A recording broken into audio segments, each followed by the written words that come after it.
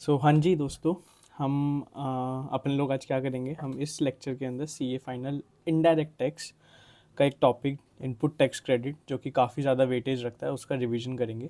इस रिवीजन के अंदर हम ईच एंड एवरी कॉन्सेप्ट को कवर करेंगे इन डिटेल कि ये कॉन्सेप्ट होता क्या है, what is the logic behind this and किस तरीके से एग्ज़ाम में टैकल करना है और उसकी सही इंटरप्रिटेशन क्या होती है। क्वेश्चंस के लिए I will make a separate video. In this video हम सिर्फ कॉन्सेप्ट्स डिस्कस करेंगे।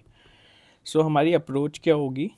इसके अंदर पहले हम एक बर्ड्स आई व्यू लेंगे पूरे चैप्टर का कि पूरे चैप्टर में क्या क्या टॉपिक्स हैं जो हमें कवर करने हैं, और एक बार वो बर्ड्स आई व्यू लेने के बाद हम डिटेल में उन टॉपिक्स को देखेंगे।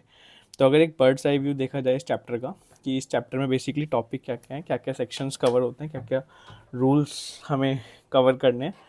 सबसे पहले chapter 7 which is input tax credit chapter 7। यहाँ पे सेक्शन 16 to 21 सेक्शन हमारे कवर होते हैं, लेकिन जो सेक्शन हमारा 19 है, सेक्शन 19 रिलेट करता है ITC with respect to job worker. जब आप गुड्स डायरेक्टली जॉब वर्कर को जाते हैं तो उस केस में आईटीसी कैसे ले जाते हैं, तो इस पर्टिकुलर सेक्शन को, सेक्शन 19 को हम लोग कवर करेंगे जॉब वर्क चैप्टर के साथ। अपार्ट फ्रॉम दैट जितने भी बाकी सेक्शंस हैं या रूल्स हैं वो हम यहाँ पे कवर करेंगे। तो for ease of reference and for ease of study we have divided the entire chapter into 5 parts, part A B C D E. सबसे पहले पार्ट ए देखते हैं, पार्ट ए के अंदर क्या है। तो पार्ट ए के अंदर आती है आपकी eligibility and conditions for claiming ITC. जो इनपुट टैक्स क्रेडिट होता है उसकी बेसिक क्या एलिजिबिलिटी है, कब आप इनपुट टैक्स क्रेडिट क्लेम कर सकते हो, और उसकी आपकी एलिजिबिलिटी सेटिस्फाई होती है तो what are the basic conditions जो आपको सेटिस्फाई करनी होती है। तो सेक्शन 16 वंस डील करता है आपकी बेसिक एलिजिबिलिटी से, आपको बताता है कि बिजनेस पर्पज़ के लिए होना चाहिए, प्लस गुड्स और सर्विस होना चाहिए, इंटेंट टू यूज़ बिजनेस हो गया, एंड जो आपका जो person claiming ITC he should be registered person, subject to section 49 आप क्लेम कर सकते हो। वो सब चीज़ें हम यहाँ बेसिक एलिजिबिलिटी में पढ़ेंगे। Along with that, with respect to business use only, there is a clarification with respect to moulds and dies जो ओईएम कंपोनेंट मैन्युफैक्चरर को बेचते हैं, वो हम डिटेल में भी देखेंगे। ब्रॉडली वो क्लैरिफिकेशन भी हमें कवर करनी है। Then 16.2 is there. 16.2 हम बताते हैं मैंडेटरी कंडीशंस क्या होंगी आईटीसी अवेल करने की। ठीक है, आपने 16.1 सेटिस्फाई किया, आपने बाकी सब सेक्शन सेटिस्फाई किया, that's okay, but you will have to satisfy section 16.2 also. तो 16.2 के अंदर क्या क्या कंडीशंस हैं वो सब हम देखेंगे। प्लस यहाँ पे एक एक्स वर्क्स कॉन्ट्रैक्ट को लेके क्लैरिफिकेशन, एक सर्कुलर है सीबीआईसी का, that we'll also see. Then उसके बाद हम 16.3 देखेंगे, बेसिक छोटा सेक्शन है कि टैक्स कंपोनेंट पर अगर डेप्रिसिएशन ले लिया है तो आपको क्रेडिट नहीं मिलेगा। उसके बाद हम 16.4 देखेंगे। 16.4 के अंदर क्या है कि कब तक टाइम लिमिट है, वो time limit to avail ITC. Then इसके ऊपर यहाँ पे एक क्लैरिफिकेशन भी है कि जो आरसीएम सप्लाई अनरजिस्टर्ड पर्सन से आते हैं उन लोगों के केस में क्या टाइम लिमिट होगी, वो क्लैरिफिकेशन भी हम देखेंगे। देन 16.5 जो है, बेसिकली 16.5 मैंने यहाँ पे मेंशन नहीं किया है, 16.5 डील्स। गवर्नमेंट ने क्या किया, इनिशियल 16.4 के अंदर टाइम लिमिट है for certain financial year up to 2022 2021 if I am not wrong. उन्होंने इस टाइम लिमिट को एक्सटेंड किया था, तो वो 16.5 डील करता है। एग्जाम के लिए रेलेवेंट सेक्शन नहीं है और स्टडी मैट में भी नहीं है, तो मैंने यहाँ पे इनकॉर्पोरेट नहीं किया।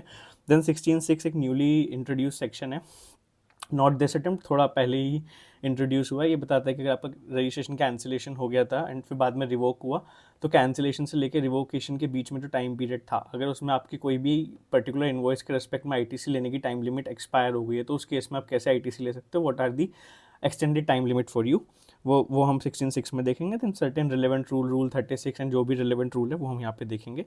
देन पार्ट बी, एक बार आपने आईटीसी ले लिया पार्ट ए के अंदर, देन पार्ट बी पिक्चर में आता है। तो पार्ट बी क्या बोलते हैं, पार्ट बी में इसका नाम है apportionment of ITC and block credit. ITC का कैसे अपॉर्शनमेंट होगा, कैसे ब्लॉक क्रेडिट वाला कॉन्सेप्ट इसमें लगेगा।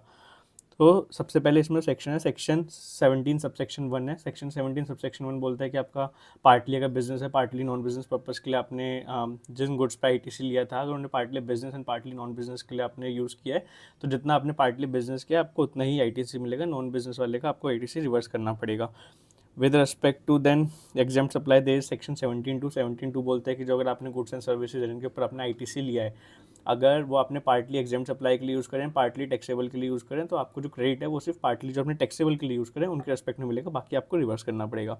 Then with respect to these दो क्लैरिफिकेशन हम देखेंगे। एक सर्कुलर है जो ओईएम्स वारंटी के अंदर सप्लाईज करते हैं उनके रिस्पेक्ट में क्या ट्रीटमेंट होगा आईटीसी का, वो क्लैरिफिकेशन हम देखेंगे। प्लस लाइफ इंश्योरेंस का जो प्रीमियम पे होता है उसके ऊपर आईटीसी रिवर्सल कैसे ट्रिगर होता है या फिर क्या उसकी रिलेवेंस है, वो हम देखेंगे। देन 17.3 हमारा एक सेक्शन है जो बताता है कि जो 17.2 के अंदर आप एग्जाम सप्लाई कंप्यूट करोगे वो उसमें क्या क्या इंक्लूड करना है, तो वो विद रिस्पेक्ट टू 17.2 ही हम 17.3 को पढ़ते हैं। देन 17.4 आपको जो बैंक्स वगैरह होते हैं उनके कॉमन क्रेडिट रिवर्सल के लिए, तो 17.2 इन जनरल प्रोविजन होता है, 17.4 एक एडिशनल ऑप्शनल प्रोविजन है बैंक्स को कि बैंक चाहे तो ये भी फॉलो कर सकते हैं इंस्टेड ऑफ 17.2। देन 17.5 के अंदर कुछ ब्लॉक क्रेडिट होते हैं, तो बेसिकली जब आप 16.1 या 16.2 पढ़ रहे होते हो बेसिकली, तो आपको उसके साथ 17.5 भी पढ़ना होता है। अगर 17.5 के अंदर आप जैसे मान लो फॉर एग्जांपल मैं मोबाइल फ़ोन ले रहा हूँ पर्सनल कंजम्पशन के लिए, तो एट फर्स्ट प्लेस वो ब्लॉक है, तो अगर आप 16.1 पढ़ोगे, 16.1 के साथ आप 17.5 भी पढ़ोगे, since it's a block credit आप क्रेडिट नहीं लोगे। बट लेट सपोज मैंने मोबाइल फ़ोन लिया, initially I plan it to use for business, but then subsequently मैं उसे पर्सनल कंजम्पशन के लिए यूज़ कर रहा हूँ, तो वहाँ पे मैं इनिशियली 16.1 सेटिस्फाई कर दूंगा और मैं आईटीसी ले लूँगा, बट सब्सिक्वेंटली जब मैं उसे पर्सनल कंजम्पशन के लिए यूज़ कर रहा हूँ तब मेरा 17.5 ट्रिगर हो जाएगा। तो 17.5 के अंदर देखेंगे किन किन चीज़ों के ऊपर हम क्रेडिट नहीं ले सकते, वो ब्लॉक क्रेडिट के अंदर आते हैं। प्लस 17.5 से रिलेटेड ही कुछ क्लैरिफिकेशन है। एक क्लैरिफिकेशन है डेमो व्हीकल्स के ऊपर क्या आईटीसी मिलेगा या नहीं मिलेगा, प्लस एक क्लैरिफिकेशन है जो इंश्योरेंस कंपनी होती है वो रिपेयर सर्विसेज के लिए इंश्योरेंस क्लेम दे रही है, तो वहाँ पे आईटीसी का कैसे होगा। देन डक्ट्स एंड मैनहोल्स के रिलेटेड क्लैरिफिकेशन है, डिटेल में हम देखेंगे। सेल्स प्रमोशन स्कीम के रिस्पेक्ट में क्लैरिफिकेशन है, वो भी डिटेल में हम आगे देखेंगे। देन पोस्ट सेल डिस्काउंट को लेकर कुछ क्लैरिफिकेशन है, वो भी हम डिटेल में देखेंगे। देन जैसे आपकी मेडिसिन सप्लाई होती है, लेट्स सपोज वो एक्सपायर होगी तो वापस कैसे आएंगी, उनके रिस्पेक्ट में क्या आईटीसी रिवर्सल इंप्लीकेशंस होगी, वो सब हम डिटेल में देखेंगे। देन यहाँ हमारा पार्ट बी कवर हो जाएगा। पार्ट बी हमने पढ़ लिया। पार्ट ए के अंदर हमने सारी कंडीशन एलिजिबिलिटी देखी। पार्ट बी के अंदर हम देखा अपोर्शनमेंट कैसे करेंगे ITC between business non business, between exempt and taxable, and also what are block credit.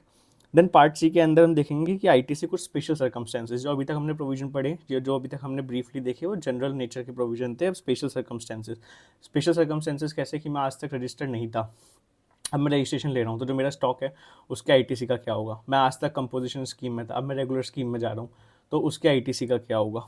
ये सब डिफरेंट सिनेरियोज हमारे 18.1 एंड 18.2 के अंदर कवर्ड है, तो हम इसमें देखेंगे कि इसमें कैसे हम आईटीसी ले सकते हैं, क्या एलिजिबिलिटी होगी। देन 18.3 बताता है कि अगर आपका change in constitution of business हो गया, चेंज इन कॉन्स्टिट्यूशन मतलब सेल हो गया, डीमर्जर हो गया, मर्जर हो गया, तो जो आपका अनयूटिलाइज आईटीसी पड़ा था वो कैसे दूसरी एंटिटी को ट्रांसफर हो सकता है, वो हमें 18.3 बताता है। And with respect to 18.3 in case of demerger एक सर्कुलर इशू हुआ था, किस तरीके से आपको कंप्यूटेशंस करनी है, वो सर्कुलर भी हम देखेंगे। देन 18.4 बताता है, तो ऊपर वाले केस में हमने पढ़ा कि हम स्पेशल केसेस में आईटीसी कैसे लेंगे, बट फिर कुछ स्पेशल केसेस ऐसे भी हो सकते हैं इसमें मैं आईटीसी रिवर्स करना हो। जैसे मेरा अभी तक जो मैं सप्लाई करता था वो टैक्सेबल थी, बट अब वो होली एग्जेम्प्ट होगी, तो जो मेरा स्टॉक पड़ा था उस पर मैं क्रेडिट लेके रखा हुआ होगा, उसे कैसे रिवर्स करना है। प्लस अभी तक मैं रेगुलर स्कीम में था तो मैं क्रेडिट लेता था, अब मैं आगे गोइंग फॉरवर्ड कंपोजिशन में जा रहा हूँ, तो मेरा जो एग्जिस्टिंग स्टॉक है उस पर मेरे को आईटीसी रिवर्स करना होगा, तो वो हम 18.4 के अंदर पढ़ेंगे। सिमिलरली 18.4 की तरह ही 29.5 भी है। 29.5 कब लगता है जब मेरा रजिस्ट्रेशन कैंसिल हुआ है, तो जिस दिन मेरा रजिस्ट्रेशन कैंसिल हुआ उस टाइम पे मेरे को स्टॉक होगा, तो उस स्टॉक पे भी कैसे मैं आईटीसी लेके रखा होगा, उस आईटीसी को कैसे हम रिवर्स करेंगे, वहाँ पे 29.5 लगता है। देन 18.6 क्या बोलता है, लेट्स सपोज मैंने प्लांट एंड मशीनरी ले रखी है, प्लांट एंड मशीनरी पे मैंने आईटीसी ले रखा होगा, मैं उसे आउटवर्ड सप्लाई कर देता हूँ, तो वो बोलते हैं कि आपने जिस पे आईटीसी ले रखा था अगर आपने उसे आउटवर्ड सप्लाई कर दिया तो हम बताएंगे एक्चुअल टैक्स। तो जनरली क्या होता है, मैं सप्लाई करता हूँ जितने % रेट होगा उस पर मैं टैक्स दे देता हूँ, बट उन्होंने बोला कि अगर प्लांट एंड मशीनरी या कैपिटल गुड्स है उसके ऊपर आपने आईटीसी ले रखा था और उसे विद इन 5 ईयर्स के अंदर आप बेच रहे हो from the date of invoice, in that case हम बताएंगे कि आपको क्या टैक्स पे करना है। देन रूल 41 एक रूल है, ये क्या बताता है कि जैसे मेरे रजिस्ट्रेशन वाले रूल हैं that allows me to take separate registration in a single state, मैं एक सिंगल स्टेट में भी सेपरेट रजिस्ट्रेशन ले सकता हूँ। तो ये मेरे को बताते हैं कि कैसे अभी तक मेरा लेट्स सपोज दिल्ली के अंदर एक ही रजिस्ट्रेशन था, मैं दूसरा रजिस्ट्रेशन ले रहा हूँ, सो अगर कोई इसका आईटीसी है तो कैसे ट्रांसफर होगा, रूल 41A में ये बताता है। प्लस कोई रेलिवेंट रूल्स जो होंगे वो हम साथ में देखेंगे। देन इसका जो पार्ट डी आएगा which is quite important, easy also. Quite important क्यों, बिकॉज ये रिसेंटली लास्ट ईयर से ही एप्लीकेबल हुआ है, लास्ट ईयर एज इन अप्रैल 2024 से, उसके चेंजेस थे वो अप्रैल 2025 से आए थे। तो आईएसडी क्या होता है वो हम देखेंगे, आईएसडी से डिस्ट्रीब्यूशन कैसे होता है उसके लिए हम सेक्शन 20 देखेंगे। सेक्शन 20 रेड विद रूल 39 बताता है कि आईएसडी क्रेडिट को किस तरीके से डिस्ट्रीब्यूट करेगा। तो हम सेक्शन 21 देखेंगे कि अगर एक्सेस डिस्ट्रीब्यूशन हो गया तो कैसे उसकी रिकवरी होगी अलॉन्ग विद रेलिवेंट रूल्स जो भी आपके हैं। देन लास्ट पार्ट इस चैप्टर का जो आता है पार्ट ई। सो आपने क्या देखा, पार्ट ए में आपने देखा कि आईटीसी लेने से पहले क्या कंडीशन, क्या एलिजिबिलिटी होती है। पार्ट बी में हमने देखा कि कैसे अपॉर्चनमेंट होगा, कैसे ब्लॉक क्रेडिट होंगे। पार्ट सी में हमने देखा अच्छा ठीक है नॉर्मल केस में आपने 16 और 17 पढ़ लिया, कुछ स्पेशल केसेस के लिए स्पेशल प्रोविजन हमने देखे पार्ट सी में, वो भी हो गया। अब पार्ट डी के अंदर मैंने देखा कि आईएसडी कैसे क्रेडिट डिस्ट्रीब्यूट करेगा, ठीक है वो भी हो गया। अब क्रेडिट मेरे पास आ गया, मेरी क्रेडिट लेजर में आ गया, अब मैं उसे कैसे यूटिलाइज करूँगा वो बताएगा पार्ट ई। तो पार्ट टी के अंदर हम पढ़ेंगे सेक्शन 49 जो कि बताता है पेमेंट ऑफ टैक्स इंटरेस्ट कैसे होगी, कैश लेजर किस लिए यूज़ हो सकता है, क्रेडिट लेजर किस लिए यूज़ हो सकता है, वो हम यहाँ पे देखेंगे। प्लस 49 ने बताएगा कि जो आपके पास आईटीसी पड़ा है उसे किस मैनर में यूटिलाइज करोगे। अगर आईजीएसटी का क्रेडिट है तो पहले आईजीएसटी के अगेंस्ट या सीजीएसटी के अगेंस्ट जिस भी तरीके से करना होगा वो हमें 49A read with rule 88A बताता है।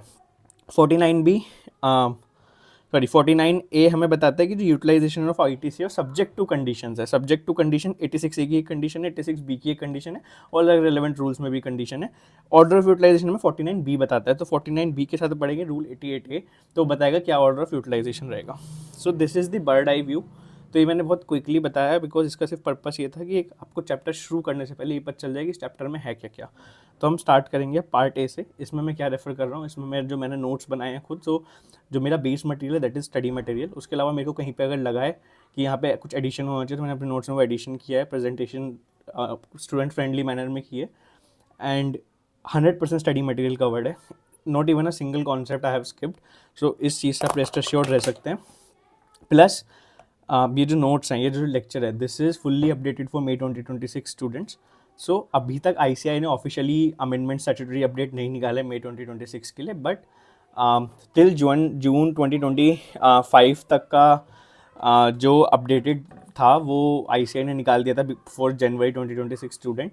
बाकी till 31 October, so from 1 July to 31 October ICI ने ऑफिशियली नहीं निकाला है, बट मैंने पूरा ट्रैक करके उस अमेंडमेंट को इनकॉर्पोरेट किया है। अगर कोई ऐसा अमेंडमेंट होता है जो आईसीआई अपने स्टैट्यूटरी अपडेट में निकालते हैं एंड बाई चांस मेरे से स्किप हो गया तो उसके लिए I upload a separate video and accordingly सबको नोटिफाई भी कर दूंगा।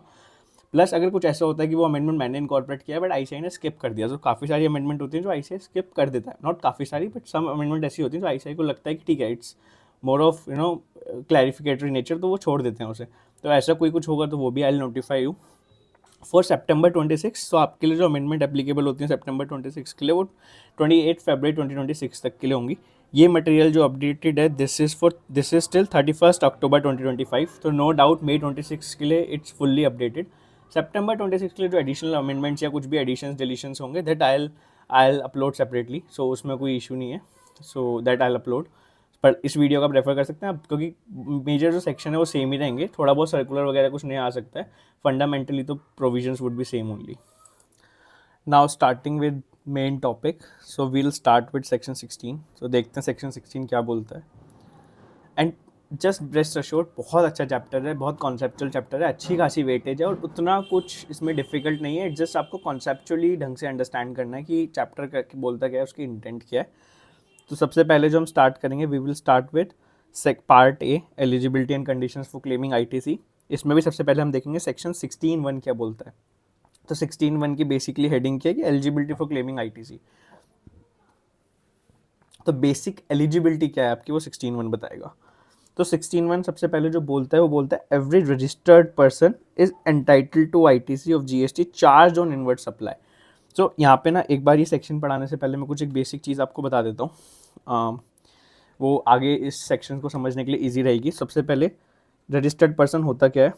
तो रजिस्टर्ड पर्सन को हमारे CGST एक्ट में डिफाइन किया हुआ है। ये लोग बोलते हैं सेक्शन 2 क्लॉज 94 के अंदर कि a person registered under section 25। तो ये रजिस्टर्ड पर्सन को ये बोलते हैं कि अंडर सेक्शन 25। सो नोटेबली इसमें एक अच्छे पॉइंट ये है कि अगर आप सेक्शन 9(1) देखोगे which is chargeability of GST that uses term taxable person, तो वो बोलता है tax shall be paid by the taxable person. Taxable person की डेफिनेशन में आता है registered person as well as person liable to registered. तो अगर आप रजिस्टर्ड नहीं भी हो बट आपकी लाइबिलिटी है रजिस्ट्रेशन करने की, लेट्स सपोज आपका टर्नओवर एक्सीड हो गया है, then also you are considered as a taxable person and you are liable to pay tax because 9(1) uses the expression taxable person but section 16(1) use करता है registered person. तो आप ITC तभी claim कर सकते हो जब आप रजिस्टर्ड हो। और लॉजिकल भी है बिकॉज आईटीसी आपको क्यों मिलता है, ताकि जो क्रेडिट चेन है वो सीमलेसली फ्लो हो सके। आपके आउटपुट पे टैक्स हो आप उसे एडजस्ट कर लो, अगर आप रजिस्टर्ड ही नहीं हो तो आप आउटपुट पे कोई टैक्स ही पे नहीं कर रहे होंगे, तो जो पर्सन रजिस्टर्ड ही नहीं है उसे आईटीसी नहीं मिलेगा।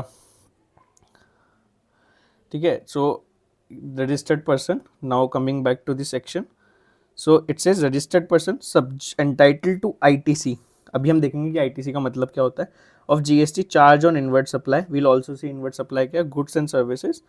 ये आपको बताया कि रजिस्टर्ड पर्सन एंटाइटल्ड है आईटीसी का जो इनवर्ट सप्लाई पे चार्ज होकर आया है बट जो एंटाइटलमेंट है वो सब्जेक्ट टू 49 है। तो आप ये नहीं बोल सकते मैंने आईटीसी ले लिया तो मैं अपने हिसाब से यूटिलाइज करूंगा, नहीं, उस जो entitlement it is subject to section 49, तो आपको यूटिलाइजेशन के सेक्शन 49 फॉलो करना पड़ेगा। Plus ITC is also subject to your condition restriction, जो रूल्स के अंदर प्रिस्क्राइब्ड है, हम आगे भी देखेंगे क्या क्या कंडीशन रिस्ट्रिक्शन है।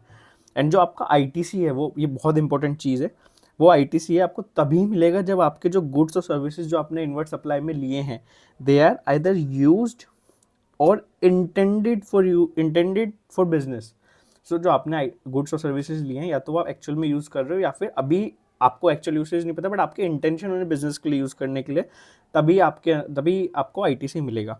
बिजनेस की डेफिनेशन बहुत वाइड है, हम सप्लाई चैप्टर में डिटेल में पढ़ेंगे। यहाँ पे कुछ एक इंपॉर्टेंट कॉन्सेप्ट्स मैं आपको बताना चाहता हूँ। तो जैसे मैंने बोला आईटीसी होता क्या है, तो आईटीसी की जो डेफिनेशन है वो बोलता है क्रेडिट ऑफ इनपुट टैक्स। तो आपको इनपुट टैक्स का क्रेडिट हम देंगे। इनपुट टैक्स को भी इन्होंने डिफाइन किया है। ये बोलते हैं इनपुट टैक्स की डेफिनेशन के 3 पार्ट हैं, मीन्स, इंक्लूड्स एंड एक्सक्लूड्स।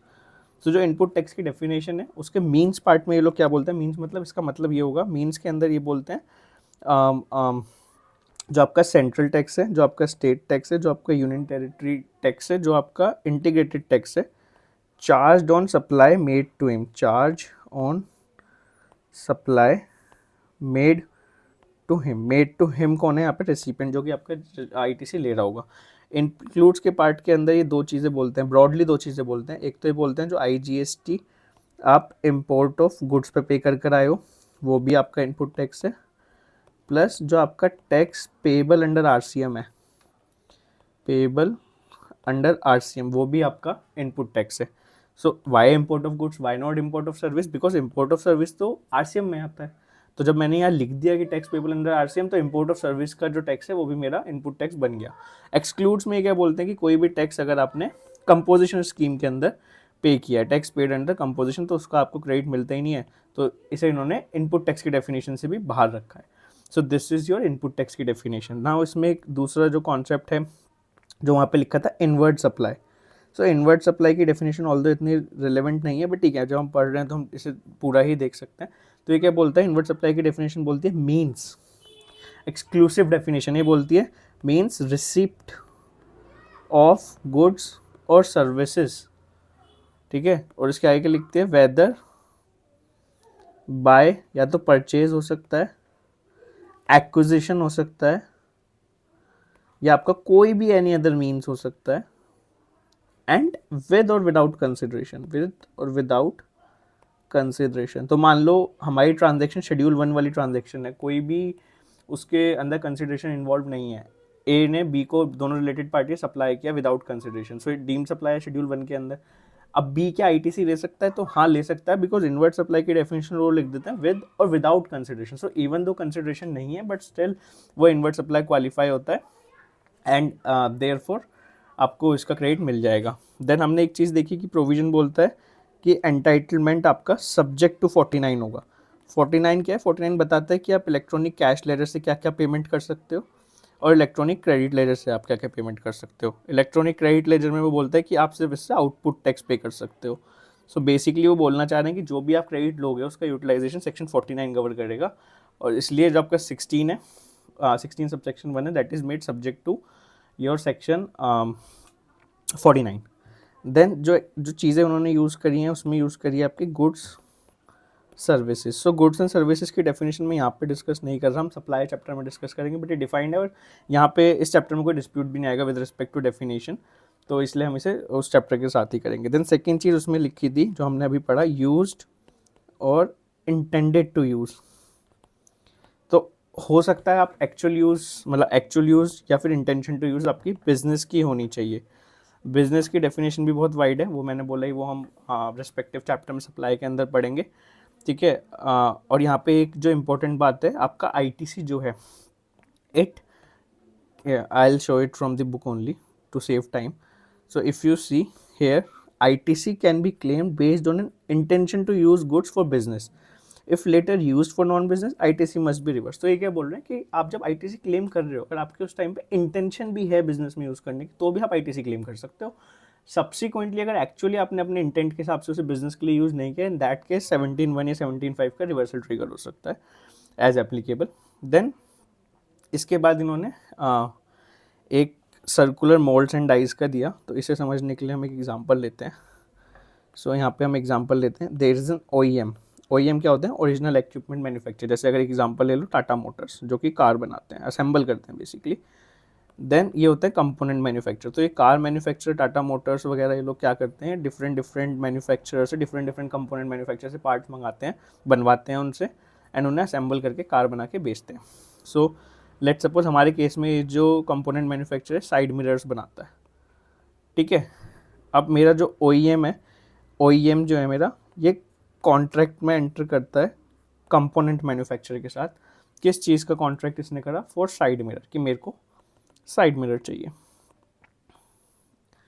अब इस कॉन्ट्रैक्ट में एंटर होने के बाद क्या हुआ? सो बेसिकली अब क्या होता है, मोल्ड्स एंड डाइस का क्या होता है कि जैसे OEM की लेट्स सपोज इन्हें नेक्सॉन के लिए साइड मिरर चाहिए, तो साइड मिरर के अपने डायमेंशंस होंगे, अपने सब कुछ स्पेसिफिकेशंस होंगे। तो OEM ने, टाटा मोटर्स ने क्या किया, इन्होंने यहाँ पे एक मोल्ड्स भेजा। मोल्ड्स बेसिकली होता है खाचा, स्ट्रक्चर, जिसके हिसाब से वो लोग आपका साइड मिरर बनाएंगे। अब मोल्ड्स भेजा और इस मोल्ड को यूज़ करके कंपोनेंट मैन्युफैक्चर जो है वो आपका साइड मिरर बनाएगा। अब OEM ने इस मोल्ड के ऊपर ITC लिया हुआ होगा, अब उसने ये आगे सप्लाई कर दिया, तो डिस्प्यूट आया, और ये FOC बेसिस पे, FOC बेसिस मतलब फ्री ऑफ कॉस्ट, उसने कंपोनेंट मैन्युफैक्चर से कुछ चार्ज नहीं किया। तो डिस्प्यूट आया कि क्या इसे आप बिजनेस पर्पस के लिए मानोगे। तो इस पर प्रॉपर डिस्कशन एंड लॉजिक है, बट आई थिंक यहाँ पे टाइम को कांस्टेंट रखते हुए मैं सीधा बताऊंगा सर्कुलर ने क्या बोला। सर्कुलर ने बोला कि हाँ ये बिजनेस पर्पस है, और टाटा मोटर्स को ITC रिवर्स करने की ज़रूरत नहीं है, वो ITC जो उसने मोल्ड्स के ऊपर लिया है वो सही लिया है। लेकिन उसने एक बात बोली कि हाउएवर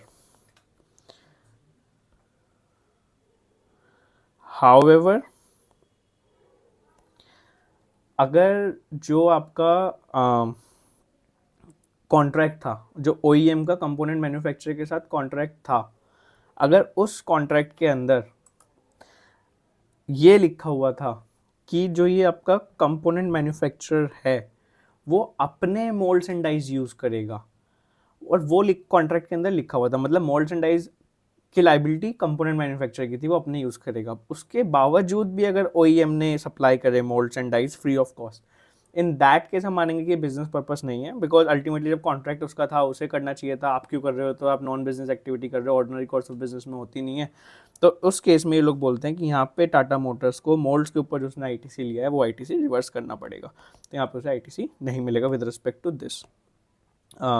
सो यही यहाँ पे सर्कुलर ने भी क्लैरिफाई किया। तो अगर हम वो सर्कुलर देखें, सर्कुलर 47 2018 में सर्कुलर इशू हुआ था। इस सर्कुलर में इन्होंने क्या बोला, OEM supplies moulds and dies to component manufacture on FOC, and जो कंपोनेंट मैन्युफैक्चरर OEM है, ना ही वो रिलेटेड है ना ही वो डिस्टिंक्ट पर्सन है, बिकॉज अगर रिलेटेड या डिस्टिंक्ट पर्सन होते तो इन दैट केस तो शेड्यूल 1 के अंदर सप्लाई बन जाता, तो कोई डिस्प्यूट ही नहीं आता। नोट अ सप्लाई नहीं है बिकॉज कोई भी कंसिडरेशन नहीं है, but in the course of business है तो नो ITC रिवर्सल। उसके बाद if contract requires component manufacture to use its own moulds and dies but OEM still supplies them on FOC not in the course of, तो उस case में वो in the course of business नहीं है और इस पर ITC रिवर्सल लगेगा। So this is with respect to your section 16.1 के अंदर हमने ये चीज़ें पढ़ी। इसके अलावा now we'll move to mandatory condition. तो सेक्शन 16.2 बताता है कि क्या मैंडेटरी कंडीशंस हैं टू अवेल ITC। तो अगर आप बाकी सारी कंडीशंस भी सेटिस्फाई करते हो बट सेक्शन 16.2 सेटिस्फाई नहीं करते हो तो you are not eligible to ITC। यही यहाँ पे लिखा हुआ है, ITC can't be availed if all conditions under section 16.2 are not satisfied even if condition under other subsections are satisfied। सबसे पहले हम पढ़ते हैं 16.2a read with rule 36 position of tax paying document. तो आप जब GST पे करके आपको टैक्स इनवॉइस मिला होगा ना, उस टैक्स इनवॉइस पे लिखा होगा सप्लायर कौन है, उसका GST क्या है, सारी डिटेल्स पे कैप्चर होगी, कितना GST चार्ज हुआ है, क्या रेट है, क्या HSN है। तो ये बोलते हैं अगर आप ITC ले रहे हो तो आपका बेसिक डॉक्यूमेंट ही टैक्स इनवॉइस होता है, तो आपके पास वो टैक्स इनवॉइस तो होना ही होना चाहिए। अगर वो नहीं है तो आप ITC नहीं ले सकते। दिस इज 16.2 है। 16.2 बोलता है बस ये वाला डॉक्यूमेंट होना चाहिए। उसके बाद इसमें लिखा हुआ है कि क्या क्या डॉक्यूमेंट आपके पास होने चाहिए, तो रूल 36 बताता है और even 16.2a also. So tax invoice हो सकता है सप्लायर ने अगर इशू किया हो। मान लो RCM की सप्लाईज आपको अनरजिस्टर्ड पर्सन से आई थी तो उस केस में आपका सेल्फ इनवॉइस हो सकता है। मान लो सप्लायर ने कुछ एडिशंस किया था वैल्यू का तो उस पर डेबिट नोट उसने इशू किया होगा, डेबिट नोट हो सकता है। उसके बाद मान लो आपने इंपोर्ट किया है गुड्स का तो उसमें बिल ऑफ एंट्री हो सकता है, या हो सकता है ISD ने क्रेडिट डिस्ट्रीब्यूट किया तो ISD का डॉक्यूमेंट हो सकता है।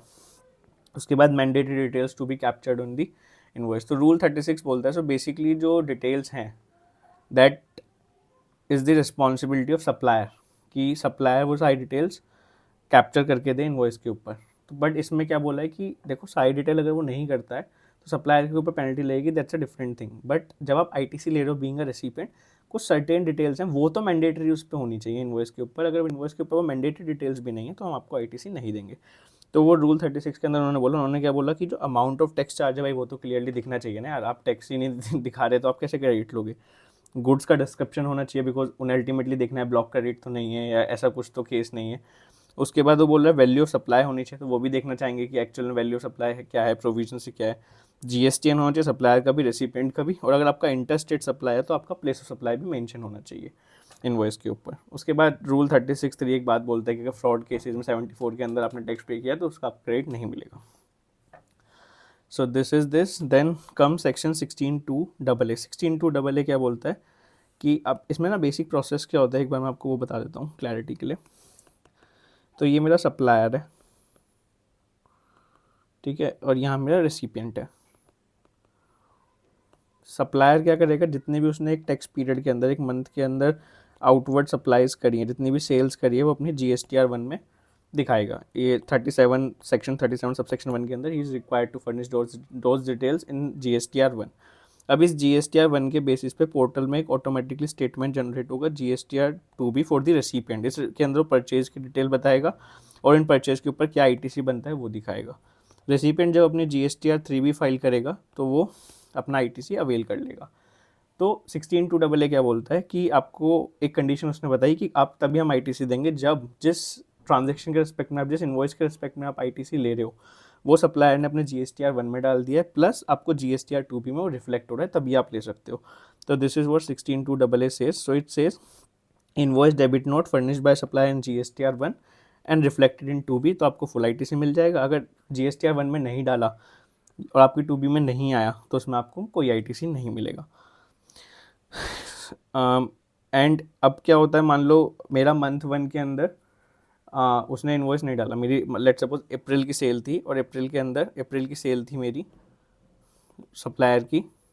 सप्लायर ने क्या किया, जब इसकी GSTR 1 भरी अप्रैल की तो वो डालना भूल गया। जब मैंने उसे इंटीमेट किया, लेट्स सपोज उसने मई की GSTR 1 में डाल दिया। तो ये प्रोविज़न बोल रहा है कि अगर आप करंट मंथ में नहीं ले पाए बिकॉज आपका रिफ्लेक्ट नहीं हुआ 2B के अंदर या 1 के अंदर उसने डाला नहीं, इन दैट केस जब भी आपका रिफ्लेक्ट होता है अब तब ले सकते हो। उसके बाद इसमें एक चीज़ इन्होंने और बोली कि जो 17(5) है जो आपके ब्लॉक क्रेडिट है, तो ब्लॉक क्रेडिट इवन दो अगर GSTR 2B में आ भी रहे हो आप तब भी नहीं ले सकते, क्योंकि 17(5) तो वैसे भी नॉट विद स्टैंडिंग, अगर आपको क्रेडिट ही ब्लॉक है तो जस्ट 2B में आ रहा है इसके बेसिस पर तो आप क्रेडिट नहीं ले सकते। प्लस इन्होंने ना एक सर्कुलर इशू किया CBIC ने। अब CBIC ने क्या बोला, कुछ जगह ऐसा होता है कुछ केसेस में जहाँ पे 37(1) लगता ही नहीं है। तो बोलते हैं जहाँ पे 37(1) लगता ही नहीं है, जहाँ पे सप्लायर को GSTR 1 में डिटेल्स डालनी नहीं है, वहाँ पे 2B में रिफ्लेक्ट कैसे होगी।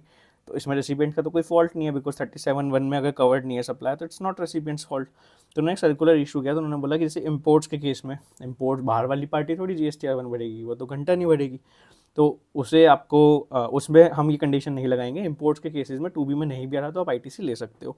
सिमिलरली लेट्स सपोज मैंने अनरजिस्टर्ड पर्सन से RCM सप्लाई ली, वहाँ तो मैं अपना इनवॉइस रेज करता हूँ ना, और वैसे भी जब वो अनरजिस्टर्ड है वो क्यों GSTR 1 फाइल करेगा, क्यों 37(1) के अंदर कंप्लाइंस करेगा, वहाँ तो मैं ITC भी सेल्फ इनवॉइस के बेसिस पे ले रहा हूँ। वो हम आगे देखेंगे, हमने ऊपर भी देखा कि अनरजिस्टर्ड पर्सन के केस में जो डॉक्यूमेंट प्रिस्क्राइब्ड है that is your self invoice. Similarly जो ISD होता है उसके ऊपर भी उन्होंने रिलैक्सेशन दिया। तो इन केसेस के अंदर इवन तो अगर 2B में नहीं भी आ रहा, 16(2)AA सेटिस्फाई भी नहीं हो रही, तब भी आप क्रेडिट क्लेम कर सकते हो। So this is 16(2)AA।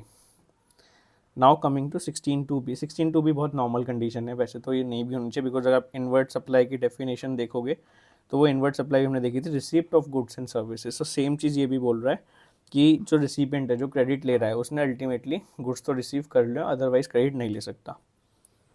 ठीक है, उसके बाद बिल टू शिप टू का इन्होंने एग्जांपल दिया, मतलब नॉर्मल एग्जांपल है, A है, B है, C है। सो B is the customer, C is B का customer, A is final vendor. So B ने कुछ ऑर्डर प्लेस किया इसके ऊपर और B ने बोला आप गुड्स डिलीवर कर दो C को। सो A क्या करेगा, इनवॉइस B को देगा, गुड्स डिलीवर करेगा C को, यानी bill to ship to, bill to A ship to C। इस केस में उन्होंने बोला कि हम डीम कर लेंगे कि बी ने गुड्स रिसीव करें और सिमिलर फॉर सर्विस, और हम बी को आईटीसी अलाउ कर देंगे। तो यहीं पे वो एग्जांपल दिया हुआ है। इसमें ना फिर एक इशू आया। इशू क्या आया कि जैसे OEM है, अभी हमने देखा टाटा मोटर्स है, टाटा मोटर्स, लेट सपोज इसका कोई डीलर है ना, ये अपने डीलर के थ्रू कार्स बेचते हैं, डीलर है। अब टाटा मोटर्स जो कार बेचेंगे, जनरली एक्स वर्क्स कॉन्ट्रैक्ट में क्या होता है, एक्स वर्क्स में होता है कि हम आपको फैक्ट्री गेट पे डिलीवर कर देंगे, उसके बाद का इंश्योरेंस या फ्रेट या ट्रैवल की रिस्पॉन्सिबिलिटी सब रिसिपिएंट के ऊपर है। तो एक्स वर्क में क्या होगा, कार यहीं पे डिलीवर हो जाएगी डीलर को। तो डाउट आया कि गुड्स की रिसीट यहीं पे मान लोगे या फिर जब डीलर अपने प्रमाइसिस में ले आएगा तब मान लोगे। तो इसमें CBIC ने सर्कुलर इशू बोला कि हम यहाँ पे ही जो आपके OEM की फैक्ट्री गेट पे आपको कार की डिलीवरी मिली है, हम यहीं पे गुड्स रिसीव मान लेंगे और आप ITC ले सकते हो। बट जब आप आगे लेकर जाओगे, अगर इस बीच में गुड्स डिस्ट्रॉय हो गए, डैमेज हो गए, तो 17(5) ट्रिगर हो जाएगा और आपका ITC आपको रिवर्स करना पड़ेगा। बट रिसीव तो हम यहीं पर मान लेंगे। सो यही इन्होंने बोला issue, whether in the X works contract between an automobile dealer and OEM, ITC can be availed only upon physical receipt of vehicle at dealer premises or at the time vehicle are handed over to transporter at the OEM factory gate। तो इसमें उन्होंने clarification कह दिया कि x works contract के अंदर property in goods जो होती है वो डीलर को चली जाती है जब उसे व्हीकल फैक्ट्री गेट पे हैंड ओवर हो गए। सो बेसिस दिस इन्होंने बोला कि आपको यहाँ पे जो क्रेडिट मिलेगा, तो उन्होंने बोला as per explanation to 16(2)(b) goods are deemed to have been received by the dealer at that gate and ITC can be availed before the physical receipt. तो इन्होंने बोला यहीं पे आपको अल्टीमेटली ITC मिल जाएगा, डीम्ड टू बी रिसीव्ड मान लिए जाएंगे। Now comes your 16(2)(ba). क्या बोलता है कि जो ITC की डिटेल्स, जो मैंने बताया 2B के अंदर आपकी ITC की डिटेल्स भी रिफ्लेक्ट करती हैं। तो जो आपकी ITC की डिटेल रिफ्लेक्ट करी है वो रिस्ट्रिक्टेड नहीं होनी चाहिए। रिस्ट्रिक्टेड कब हो सकती है वो हम अभी आगे देखेंगे। हम बेसिकली देख लेते हैं कि 2B के अंदर क्या क्या डिटेल जाती हैं। तो बताता है डिटेल्स ऑफ इनवर्ट सप्लाई जिस पे फुल ITC अवेलेबल है, साथ में बताता है डिटेल्स ऑफ इनवर्ट सप्लाई जिस पे ITC अवेलेबल नहीं है। सो कौन से केस में ITC रिस्ट्रिक्ट होता है, तो ये बोलते हैं कि जो इनवर्ट सप्लाई है फर्निश करी है बाय स्पेसिफाइड रजिस्टर्ड पर्सन। तो जो आपका सप्लायर था, अगर वो supply in specified registered person में फॉल करता है तो इन दैट केस उस पर आपका ITC रिस्ट्रिक्टेड होता है। तो ये स्पेसिफाइड रजिस्टर्ड पर्सन क्या है, तो इसमें काफ़ी सारे ना प्रिस्क्राइब नहीं हुए हैं, बट सेक्शन के अंदर लैंग्वेज है, वो बोलते हैं न्यू रजिस्ट्रेशन। तो हम बताएंगे जब किसी ने रजिस्ट्रेशन लिया है तो इनिशियल सर्टेन पीरियड तक के लिए वो कोई भी सप्लाई करेगा तो उसका आपका ITC रिस्ट्रिक्टेड होगा, बट अभी तक ऐसा कोई पीरियड प्रिस्क्राइब नहीं है। सेकंड ये बोलते हैं person who has defaulted in payment of tax for a prescribe period. Supplier ने 3B फाइल नहीं करी, GST टैक्स ही पे नहीं करा प्रिस्क्राइब पीरियड तक के लिए, सपोज लगातार 3 महीने तक पे नहीं करा, अभी कोई टाइम पीरियड प्रिस्क्राइब नहीं है, I am taking just example. तो उस केस में अगर वो कोई सप्लाई कर रहा है उसके रेसिपिएंट को हम ITC नहीं देंगे, हम रिस्ट्रिक्टेड रखेंगे। पीरियड अभी प्रिस्क्राइब नहीं है तो कंडीशन इन्फोर्स नहीं हो पा रही है।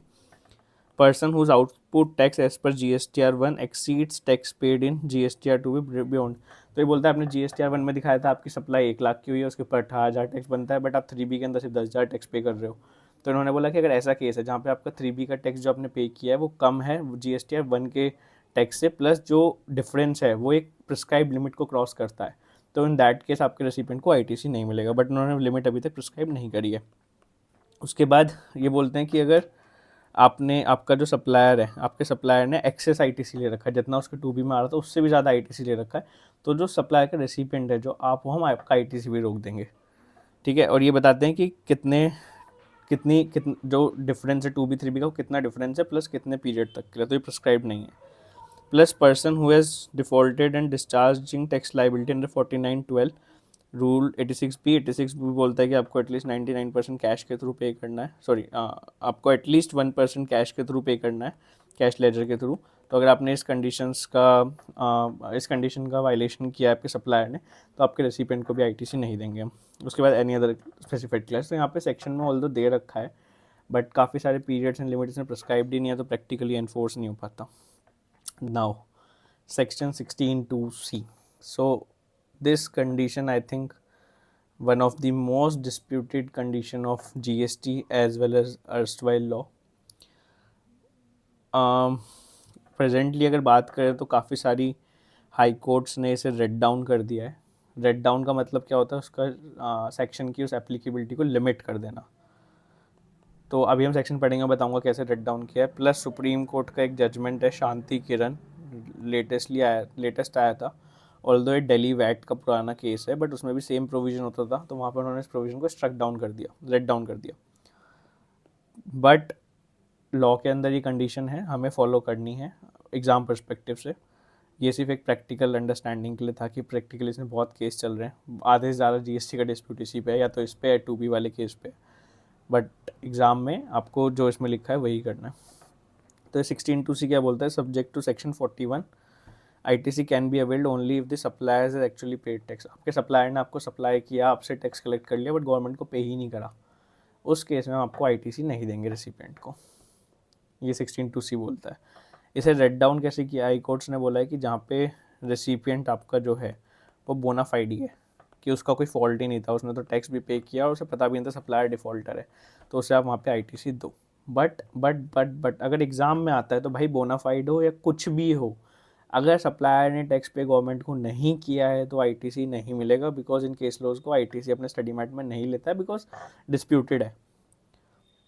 तो आपको भी वही करना है, ठीक है। सब्जेक्ट टू सेक्शन 41 का मतलब क्या है, सेक्शन 41 आपको अलाउ करता है कि आप अपने आप जब रिटर्न फाइल करोगे आप सेल्फ असेस कर सकते हो, बेसिस दैट ITC ले सकते हो।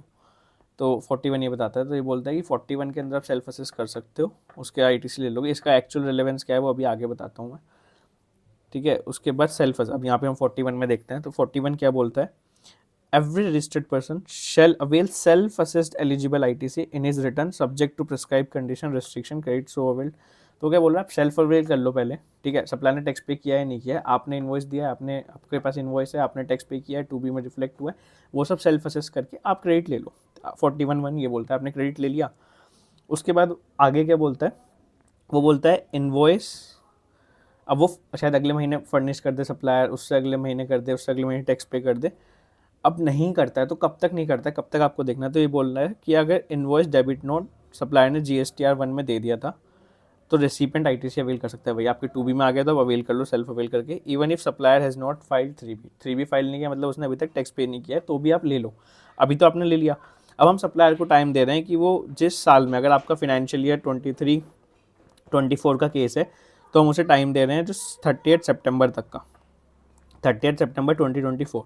अगर उसने यहाँ तक अपना वो फाइल कर दिया, अपना टैक्स पे कर दिया, तो हम आपका ITC को कुछ नहीं करेंगे। अगर उसने यहाँ तक नहीं किया तो supplier does not file GSTR 3B by 30 September following the financial year of availment, recipient must reverse ITC by 30 November. अगर 30 सितंबर तक टैक्स पे नहीं करा, GSTR 3B फाइल नहीं करी सप्लायर ने, तो रेसिपिएंट को बाय 30 नवंबर अपना जो उसने ITC लिया था वो उसे रिवर्स करना पड़ेगा। अगर उसने 30 नवंबर तक भी रिवर्स नहीं करा तो जो अमाउंट होगी फिर उसे वो इंटरेस्ट के साथ देनी होगी। तो अगर 30 नवंबर तक कर दिया तो कोई इंटरेस्ट नहीं लगेगा, उसके बाद अगर वो कर रहा है इन दैट केस फिर उसे इंटरेस्ट के साथ करना पड़ेगा। देन अब एक क्वेश्चन दिमाग में आएगा कि लेट सपोज सप्लायर ने बाद में GSTR 3B फाइल कर दी 30 सितंबर के बाद, तो उस केस में क्या होगा, तो आप तो ITC रिवर्स करके बैठे हुए थे। तो ये बोलता है अगर लेटर उसने 3B फाइल करी, जिस भी पीरियड में फाइल करी, उसके बाद आप दोबारा से 3B के अंदर रीअवेल कर सकते हो। तो रीअवेल आप कर लोगे, एक बार वो अपनी 3B फाइल कर देगा, टैक्स पे कर देगा। This is what this section से 16(2)(c) most disputed section, but exam में ठीक है हमें तो फॉलो करना है। देन 16(2)(d) छोटा सा सेक्शन है। तो अल्टीमेटली रेसिपिएंट जब ITC ले रहा है तो 3B तो फाइल करेगा ही ना, बिकॉज 3B के अंदर वो ITC लेगा। तो यही बोलता है रजिस्टर्ड पर्सन अपनी 3B फाइल कर दे। अब एक प्रोवाइजो है 16(2) का, तो ये बोलता है कि आपके पास जो गुड्स थे, लेट सपोज वो मल्टीपल लॉट्स में है, first lot, second lot, third lot, तो ये बोलता है जिस दिन आपके पास फाइनल लॉट के गुड्स आ गए उस दिन आप सारे गुड्स पे ITC लोगे। तो registered goods covered under the invoice are received in lots, then ITC allowed on receipt of last lot. This is your core condition. Now core condition ऐसे मतलब यही कंडीशन है, ये सिर्फ रेफरेंस पर्पज़ के लिए मैंने यहाँ पे लिखा हुआ है। Then 180 days payment condition. तो एक कंडीशन क्या होती है कि जो आपने सप्लायर से, जितना भी आपने सप्लायर से परचेज़ करी है, तो उस इन्वॉइस के ऊपर जो वैल्यू ऑफ सप्लाई आ रहा है, value of supply plus GST, तो ये कंडीशन बोलती है कि रेसिपिएंट ये वाली अमाउंट जो है सप्लायर को पे करेगी within 180 days from the date of invoice. अगर आपने नहीं करी तो आप क्रेडिट के लिए एलिजिबल नहीं हो, आपको रिवर्स करना पड़ेगा। तो यही बोलता है कि रजिस्टर्ड पर्सन में pay must pay the value of supply plus tax to the supplier within 180 days from the date of invoice. What if अगर उसने नहीं पे किया तो ITC availed but value of supply of tax not paid to supply within 180 days, proportionate ITC to be reversed. Proportionate मतलब let suppose 1 lakh की amount पे करनी थी, आपने 50,000 पे कर दी, तो उस हाफ जितना आपने ITC अवेल किया था उसको 50% आपको रिवर्स करना पड़ेगा। रिवर्सल कब करोगे? जब आपका 180 डेज एक्सपायर हो रहा है, इमीडिएटली उसका जो नेक्स्ट टैक्स पीरियड है उसकी जब 3B फाइल करोगे उसके अंदर आप उसका रिवर्सल करोगे। अब इसमें कुछ एक्सेप्शन बताई, तो अल्टीमेटली इसमें क्या चाह रहा है कि भाई सप्लायर को पेमेंट मिले, सप्लायर हमें टैक्स पे करेगा, वो सब गवर्नमेंट की इंटेंट है कि आप सप्लायर का पैसा रोक के ना बैठो, वो सब चीज़ें। अब कुछ केस में उन्होंने बोला कि ये कंडीशन नहीं लगेगी। वो कौन से केस है? RCM supply. अरे यार, आरसीएम सप्लाई में गवर्नमेंट को क्या फ़र्क पड़ता है? टैक्स तो वैसे भी उसे रेसिपिएंट से कलेक्ट करना है, तो उसे फ़र्क ही नहीं पड़ रहा सप्लायर को पैसे दो या मत दो। तो आरसीएम सप्लाई के ऊपर ये वाली कंडीशन नहीं लगेगी। प्लस डीम सप्लाई, अब जहाँ पे मेरी कंसिडरेशन ही चार्ज नहीं है, बट वो शेड्यूल 1 की वजह से डीम सप्लाई हो गई। जब कंसिडरेशन चार्ज ही नहीं है तो कुछ पैसे आना जाना भी नहीं है, तो वहाँ ये कंडीशन नहीं लगेगी। प्लस एक हमारा सेक्शन 15(2)B होता है। 15(2)B क्या बोलता है कि सप्लायर की कोई लाइबिलिटी थी, रेसिपिएंट ने पे कर दी, तो हम ऐसा मानेंगे कि ये भी वैल्यू सप्लाई का पार्ट है। तो अगर सप्लायर की लाइबिलिटी थी, लेट सपोज जो मेरी टोटल वैल्यूज ऑफ सप्लाई थी, सप्लायर ने 80,000 तो मुझसे चार्ज करा था, प्लस सप्लायर को किसी को 20,000 रुपये देने थे, वो भी रेसिपिएंट ने उसे थर्ड पार्टी को दे दिए, तो बिकॉज ऑफ 15(2)B वो भी वैल्यू सप्लाई का पार्ट बन जाएगा। टोटल वैल्यू सप्लाई 1,00,000 आ जाएगी, बट मैं अपने सप्लायर को तो सिर्फ 80,000 दूंगा ना, बिकॉज 20,000 तो मैं किसी और को पे करके बैठा हूँ। तो उस केस में भी ये बोलता है कि आपको विद रिस्पेक्ट टू दिस 20,000 जो आपने एडिशन हुआ है बिकॉज ऑफ 15(2)B, उस पर ये वाली कंडीशन नहीं लगेगी। तो इन्होंने बोला addition to value under 15(2)B supplier liability incurred by recipient. उसके बाद डीम्ड सप्लाई में और 2 और 3 में मानते हैं कि मान लेंगे आपने पे कर दिया है। आरसीएम सप्लाई इस पर तो वैसे भी कोई रिलेवेंट नहीं है। देन 16(3) छोटा सा सेक्शन है, वो क्या बोलता है? मान लो आपके 1,00,000 के गुड्स थे, 18,000 इस पे जीएसटी था। अगर आप बुक्स में लेट सपोज 18,000 की 1,18,000 की कॉस्ट बुक कर रहे हो, डेप्रिसिएशन इनकम टैक्स के अंदर आप इस पूरे 1,18,000 पे ले रहे हो, तो हम आपको इस 18,000 का क्रेडिट नहीं देंगे। अगर आप सिर्फ 1,00,000 के ऊपर डेप्रिसिएशन ले रहे हो तो इस 18,000 का क्रेडिट ले लोगे। तो ये 16(3) बोलता है कि ITC of on tax component of capital goods और plant and machinery is not allowed if depreciation on such tax component is claimed under income tax act। तो बहुत बेसिक सा सेक्शन है, वो है भी बिकॉज ऑफ डुअल बेनिफिट थोड़ी लोग। देन 16(4) बोलता है कि क्या भाई मैं अनलिमिटेड टाइम तक ITC ले सकता हूँ? नहीं भाई, टाइम लिमिट हमने प्रिस्क्राइब करके दी है। ये क्या बोलता है कि लेट सपोज जो आपका इनवॉइस है वो इशू हुआ था फाइनेंशियल ईयर 23-24 में, तो ये बोलते हैं आपके पास जो लास्ट डेट है ITC वो क्लेम करने की November 30 और 24, यानी अगले साल का November 30 तक उसको आपको ITC क्लेम करना है। सो टाइम लिमिट फॉर ITC और invoices of a financial year, या फिर डेबिट नोट भी हो सकता है, 30th November of succeeding financial year, और जैसे इसी में और डेट ऑफ एनुअल रिटर्न। तो दोनों में से जो भी अर्लियर होगा, date of annual return earlier, उस तक आपको ITC क्लेम करना। बिकॉज एक बार आपने एनुअल रिटर्न फाइल कर दी तो आप सारा फाइनलाइज कर चुके हैं ना अपना, तो उसके बाद आप कैसे क्लेम करोगे? तो 30th November of succeeding financial year और date of filing of relevant annual return whichever is earlier, ये आपकी टाइम लिमिट है। उसके बाद डेबिट नोट के रिस्पेक्ट में क्लैरिफिकेशन आई थी कि डेबिट नोट के रिस्पेक्ट में जो आप टाइम लिमिट देखोगे वो ओरिजिनल इनवॉइस की नहीं देखोगे, जिस जिस मतलब डेबिट नोट की टाइम लिमिट, डेबिट नोट की डेट देखोगे, डेबिट नोट किस फाइनेंशियल ईयर में इशू है। प्लस एक क्लैरिफिकेशन आया अनरजिस्टर्ड के केस में कि अनरजिस्टर्ड सप्लायर जो होता है उससे जो सप्लाईज RCM के अंदर टैक्सेबल होती हैं, वहाँ पे क्या टाइम लिमिट होगी? टाइम लिमिट तो बेसिकली वही होगी। टाइम लिमिट कहाँ से देखेंगे? तो इन्होंने बोला कि उसकी टाइम लिमिट आप देखोगे जो आपने सेल्फ टैक्स इनवॉइस रेज किया है। तो अनरजिस्टर्ड पर्सन के केस में, RCM के केस में आपको सेल्फ टैक्स इनवॉइस देखना पड़ता है। उन्होंने बोला टाइम लिमिट जो हम देखेंगे वो इसकी डेट से देखेंगे। इसमें इन्होंने एक बात और बोली कि ITC is availment subject to payment of tax. तो आप पेमेंट कर दोगे टैक्स का तभी आप ITC क्लेम कर सकते हो। वो तो 16(2)C में भी देखा था हमने, बट 16(2)C में स्टिल प्रोविजनली सेक्शन 41 के अंदर अलाउ होता था, बट RCM के केस में प्रोविजनल नहीं अलाउ होगा, बिकॉज अल्टीमेटली जब वहाँ पे आपका सप्लायर कभी टैक्स पे करेगा ही नहीं, तो प्रोविजनल का कोई पर्पस ही नहीं है ना। तो अल्टीमेटली आप ITC तभी अवेल करोगे जब इसमें एक्चुअल में आपने टैक्स पे कर दिया है।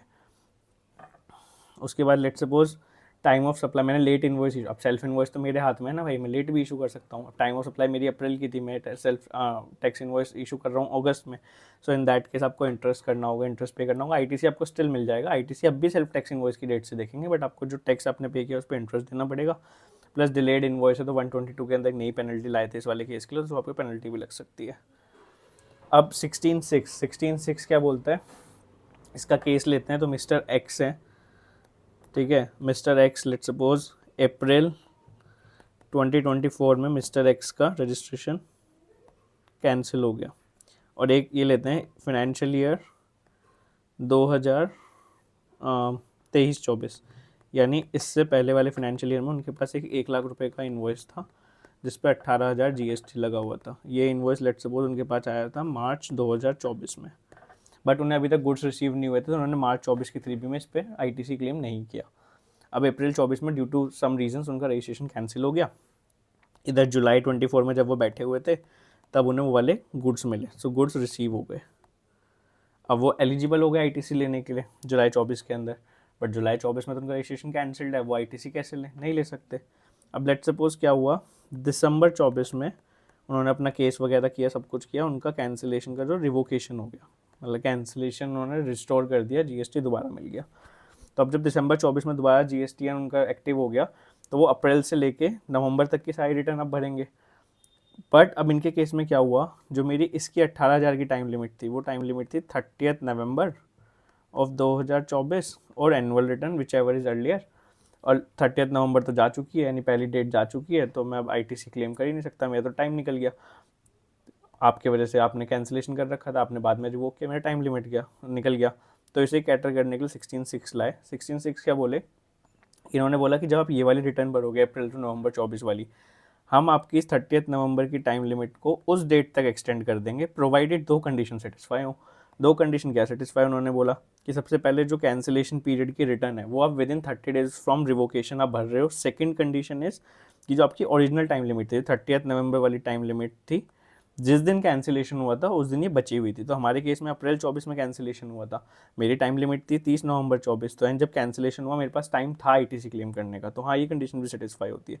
तो अगर आप ये दो कंडीशन सेटिस्फाई करते हो तो हम आपकी टाइम लिमिट को एक्सटेंड कर देंगे till the date of filing of return after revocation. So this is your section 16 जिसमें हमने बेसिक एलिजिबिलिटी कंडीशन करी। यहाँ से हम देखेंगे सेक्शन 17 का पार्ट, अपॉर्चनमेंट एंड ब्लॉक क्रेडिट वाला। सो सेक्शन 17(1) क्या बोलता है कि यार अब आपने ITC ले लिया, अब आप गुड्स पार्टली बिजनेस के लिए यूज़ कर रहे हो, पार्टली नॉन बिजनेस के लिए यूज़ कर रहे हो, तो उस केस में जो आपका ITC होगा वो only to the extent of business के लिए इतना आप गुड्स यूज़ कर रहे हो, सर्विस यूज़ कर रहे हो, उतना ही मिलेगा। 17(1) ये बोलता है। देन 17(2) क्या बोलता है, 17(2) सेम चीज़ बोलता है कि अब आप पहले बिजनेस नॉन बिजनेस थे, अब आप पार्टली टैक्सेबल के लिए कर रहे हो, पार्टली एग्जेम्प्ट के लिए कर रहे हो, तो सिर्फ आपको टैक्सेबल के लिए मिलेगा, और यहाँ टैक्सेबल में इंक्लूडेड जीरो रेटेड वो बोलते हैं। उसके बाद इसमें IGST का सेक्शन 16(2) है, वो बोलता है, तो जनरली मतलब क्या हुआ कि अगर मेरा आउटपुट एग्जाम्प्ट है तो मेरे को ITC नहीं मिलेगा, या जो मेरी एग्जाम्प्ट सप्लाई के लिए गुड्स यूज हो रहे हैं उनके रिस्पेक्ट में मेरे को ITC नहीं मिलेगा। बट ये बोलता है कि जो आपकी जीरो रेटेड सप्लाई है, जो एक्सपोर्ट या सप्लाई टू SEZ होती है, अगर वो एग्जाम्प्ट भी है तो भी हम आपको ITC देंगे। ऐसा क्यों बोलते हैं, तो बेसिकली क्या है, लेट सपोज मेरा 1 लाख की, ये मेरा मिस्टर X है, ये एक्सपोर्ट करते हैं, है ना, ये एक्सपोर्ट करते हैं, इन्होंने इनवर्ट परचेज करी 1 लाख की, इस पर 18,000 GST आया। और ये जो एक्सपोर्ट करते हैं, लेट सपोज प्रोडक्ट A करते हैं, प्रोडक्ट A एग्जेम्प्ट है, ठीक है, और प्रोडक्ट A में जो रॉ मटेरियल लगता है वो इन्होंने 1 लाख का खरीदा था, उस पर 18,000 GST था। तो अगर मैं नॉर्मल प्रोविजन पढ़ूँ तो सिंस ये जो रॉ मटेरियल है एक ऐसे प्रोडक्ट के लिए यूज़ हो रहा है जो एग्जेम्प्ट है, तो मेरे को ITC नहीं मिलना चाहिए। ठीक है यार, कोई बात नहीं, मेरा आउटपुट पर तो GST लगेगा नहीं, बट अब सिंस मेरे को क्रेडिट नहीं मिलेगा, मेरी कॉस्ट क्या बन गई, 1,18,000। मैं बाहर वाली पार्टी से 1,18,000 लूँगा, तो टेक्निकली क्या हुआ, अपनी 18,000 भी जो टैक्स था ये आपने एक्सपोर्ट कर दिया, बाहर वाली पार्टी को टैक्स पे करना पड़ेगा, जो कि एक्सपोर्ट प्रमोशन स्कीम्स के अगेंस्ट जाता है। तो इन्होंने क्या बोला कि अगर आप जीरो रेटेड सप्लाई कर रहे हो, जो आप एक्सपोर्ट कर रहे हो या SEZ को सप्लाई कर रहे हो, उसमें अगर आपका आउटपुट एग्जेम्प्ट भी है तब भी हम आपको एक क्रेडिट दे देंगे, ताकि अल्टीमेटली आप कस्टमर से 1 लाख ही चार्ज करो। सो ये IGST एक्ट के अंदर इन्होंने बोला कि अगर आपका एग्जाम्प्ट भी है तो भी हम दे देंगे। जनरली अगर एग्जाम्प्ट है और उसके लिए गुड्स और सर्विस यूज़ करो तो उस पर क्रेडिट नहीं मिलता, बट अगर वो जीरो रेटेड सप्लाई है आउटवर्ड पे तो आपको क्रेडिट मिल जाएगा।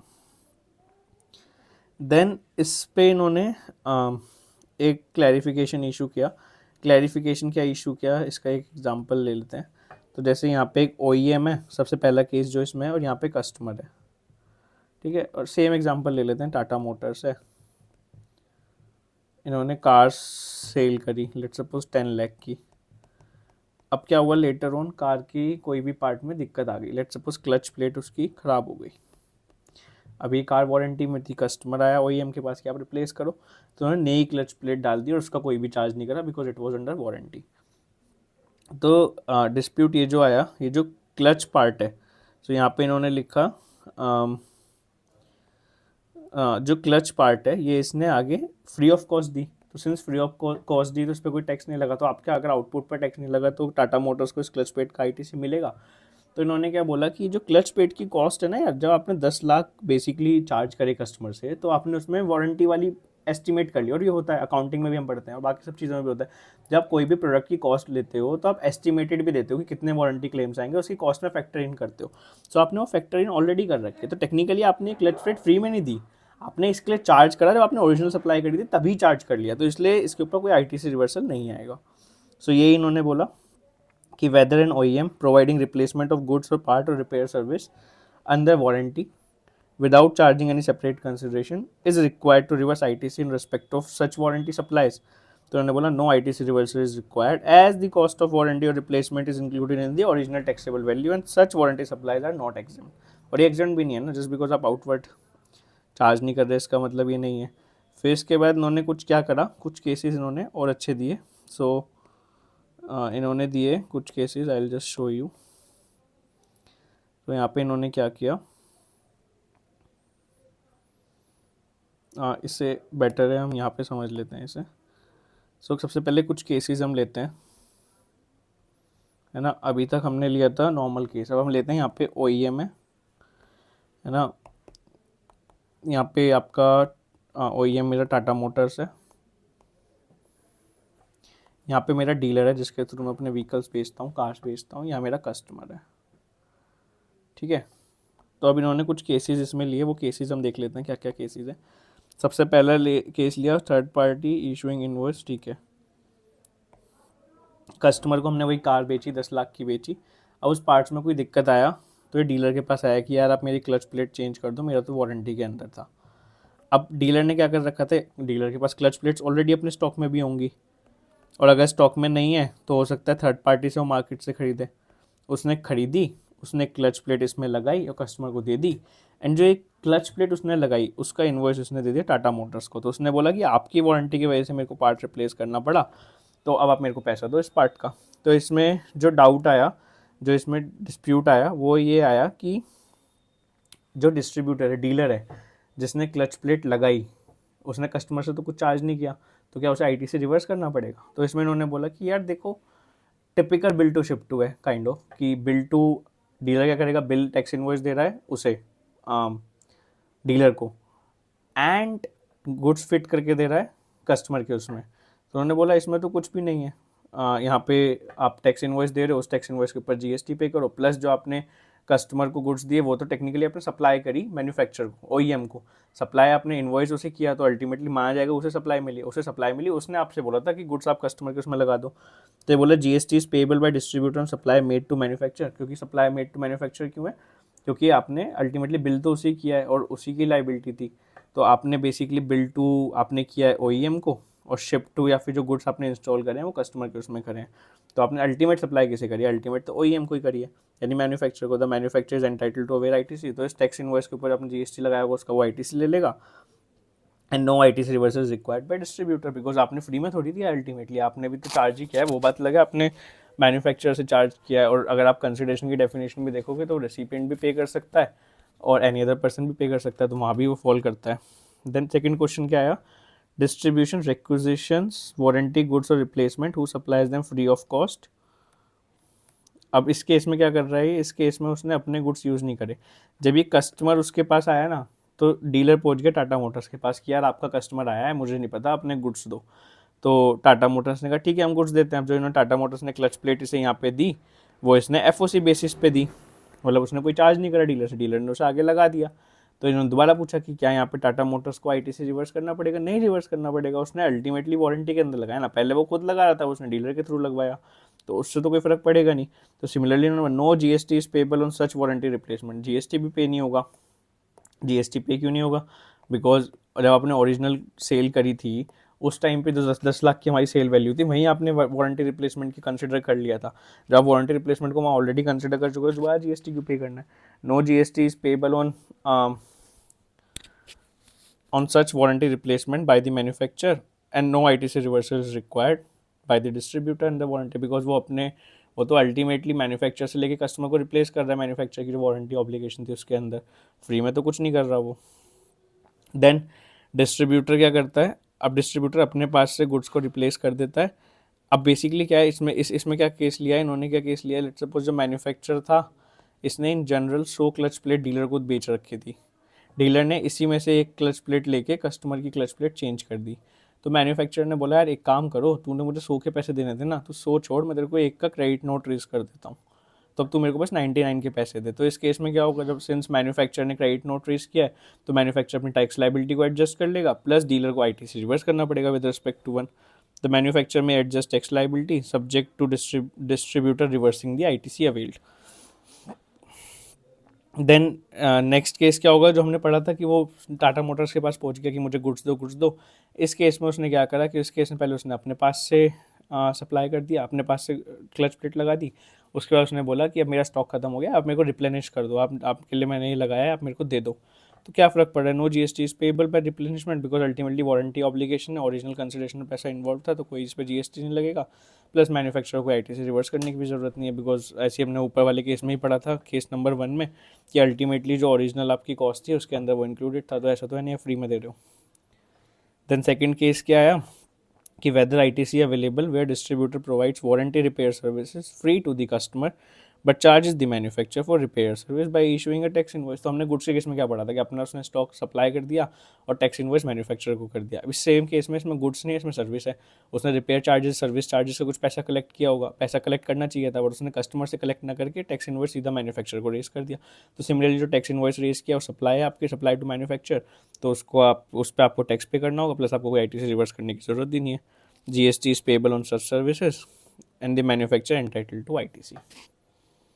जो आपका टैक्स इनवॉइस पे GST लग कर आया होगा वो मैन्युफैक्चरर उसका ITC दे देगा, ITC ले लेगा, प्लस डिस्ट्रीब्यूटर को भी कोई रिवर्स करने की ज़रूरत नहीं है।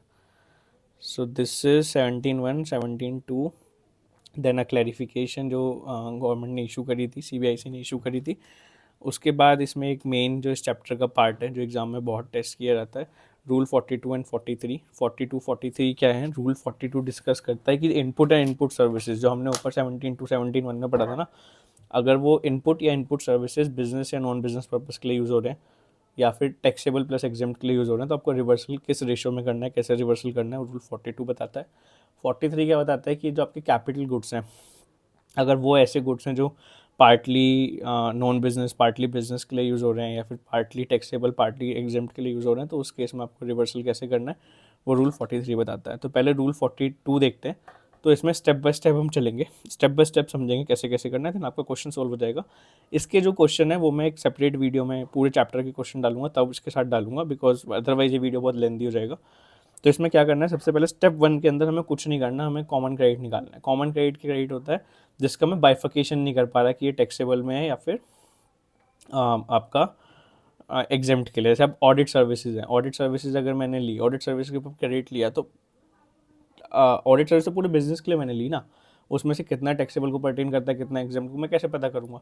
तो हमें पहले ऐसे कॉमन क्रेडिट निकालना है। उसका एक स्टेप है, उसका स्टेप क्या है, सबसे पहले आप कोई भी एक टैक्स पीरियड ले लो। जैसे मान लो आप अप्रैल की कंप्यूटेशन कर रहे हो, उस अप्रैल के अंदर जितने भी अपने इनपुट एंड इनपुट सर्विसेज के अंदर जो भी आईटीसी आपका बनता है उसे आप टी से डिनोट कर दो। उसके बाद उसमें से आप एक अमाउंट माइनस करो। कौन सा अमाउंट माइनस करो, जो आपको पता है इनपुट एंड इनपुट सर्विस मैं एक्सक्लूसिवली नॉन बिजनेस के लिए यूज़ करूँ। मैंने मोबाइल फ़ोन खरीदा और मेरे को पता है मैं इसे पर्सनल कंजम्पशन के लिए लूँगा, तो उस पर जो आईटीसी है वो उसे यहाँ से माइनस कर दो।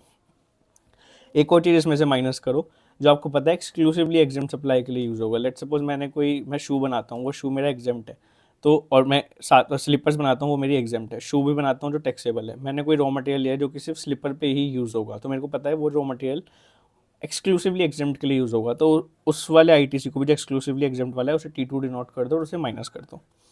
प्लस थर्ड जो आपको पता है ब्लॉक क्रेडिट है 17(5) वगैरह के अंदर, उसे भी T3 बना दो और उसे माइनस कर दो। जो बैलेंस अमाउंट आया वो उसे C1 से डिनोट करेंगे और ये अमाउंट वो अमाउंट है जो आपका इलेक्ट्रॉनिक क्रेडिट लेजर में जाएगा। अब इसमें से वो वाला अमाउंट निकालो जो एक्सक्लूसिवली टैक्सेबल के लिए यूज़ होगा या फिर एक्सक्लूसिवली जीरो रेटेड के लिए होगा, उसे T4 से डिनोट करो, C1 में से माइनस कर दो। जो आपका बचा रेजिडुअरी जो बचा C2 वो आपका कॉमन क्रेडिट है। This is your common credit. इसके बाद इसमें अब कुछ नोट्स हैं, जैसे T1 T2 T3 T4 जो भी ऊपर हमने कंप्यूटेशन करे समरी लेवल पे डिक्लेयर होंगे, मतलब कंसोलिडेटेड बेसिस पे। उसके बाद जो आपका अगर आप इनवॉइस लेवल पे ही ये बाइफिकेशन कर सकते हो कि वो नॉन बिजनेस या बिजनेस है या टैक्सेबल एग्जाम्प्ट है, तो इनवॉइस लेवल पे कर लो, फॉर्मूला लगाने की ज़रूरत नहीं है।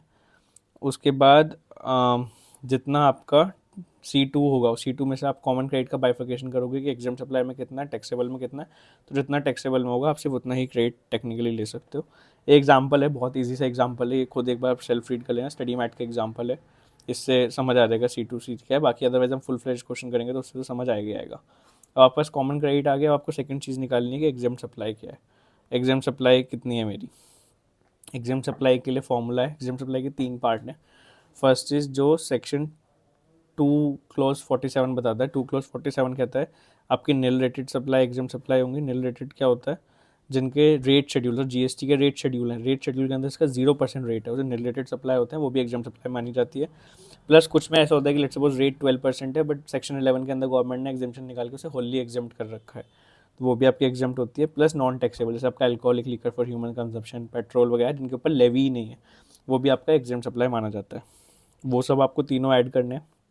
प्लस सेक्शन 17(3) के अंदर कुछ स्पेसिफिक इंक्लूजन्स उन्होंने बोले हैं। सो although by nature by definition ये एग्जाम सप्लाई नहीं होते, बट 17(2) के रिवर्सल के लिए सेक्शन 17(3) बोलते हैं कि आप इनको भी एग्जाम सप्लाई की वैल्यू में डालोगे।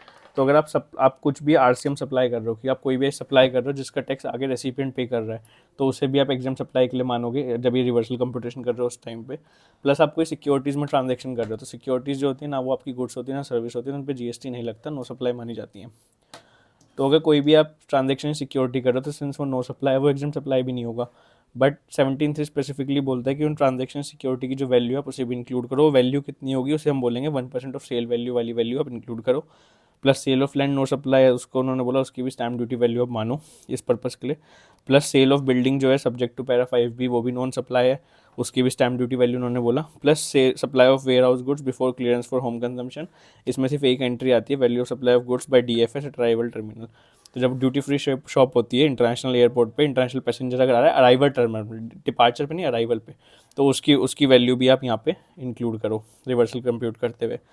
प्लस रूल 42-43 के अंदर कुछ रिलैक्सेशन दिया, तो उन्होंने बोला आपकी कोई भी इंटरेस्ट इनकम है जो लोन वगैरह देके है उसे एक्सक्लूड कर सकते हो, उसे इंक्लूड करने की जरूरत नहीं है, because let's suppose interest income by nature exempt है, बिकॉज सेक्शन 11 के अंदर नोटिफिकेशन इशू करके उसे एग्जाम्प्ट किया हुआ है, बट उन्होंने रिलैक्सेशन दिया कि उसे इंक्लूड करने की जरूरत नहीं है।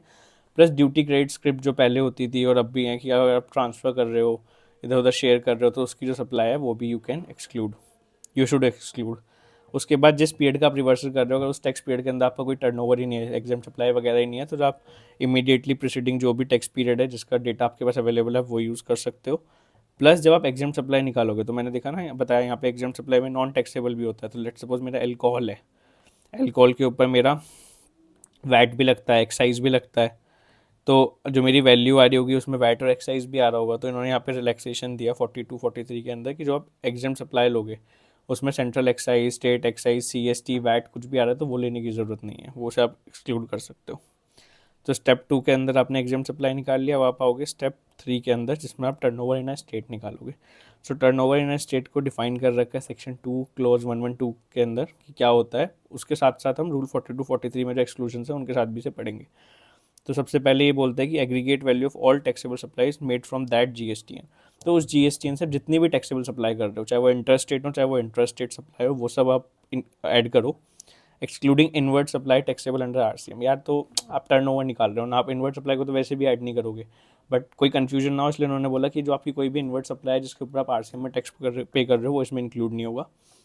सेकेंड उन्होंने बोला जो भी आप एग्जाम सप्लाई कर रहे हो उस GSTN से, चाहे इंटर स्टेट चाहे इंटर स्टेट, वो सब आप निकालो। अब इस एग्जाम सप्लाई की कंप्यूटेशन कैसे होगी, वो स्टेप 2 में जो हमने बताया था वही वाली एग्जाम सप्लाई आपको उठाना है यहाँ से कंप्यूट करके। प्लस वो बोलता है आपने कोई भी एक्सपोर्ट ऑफ गुड्स या सर्विसेज किया है उस GSTN से, उसे भी ऐड कर लो।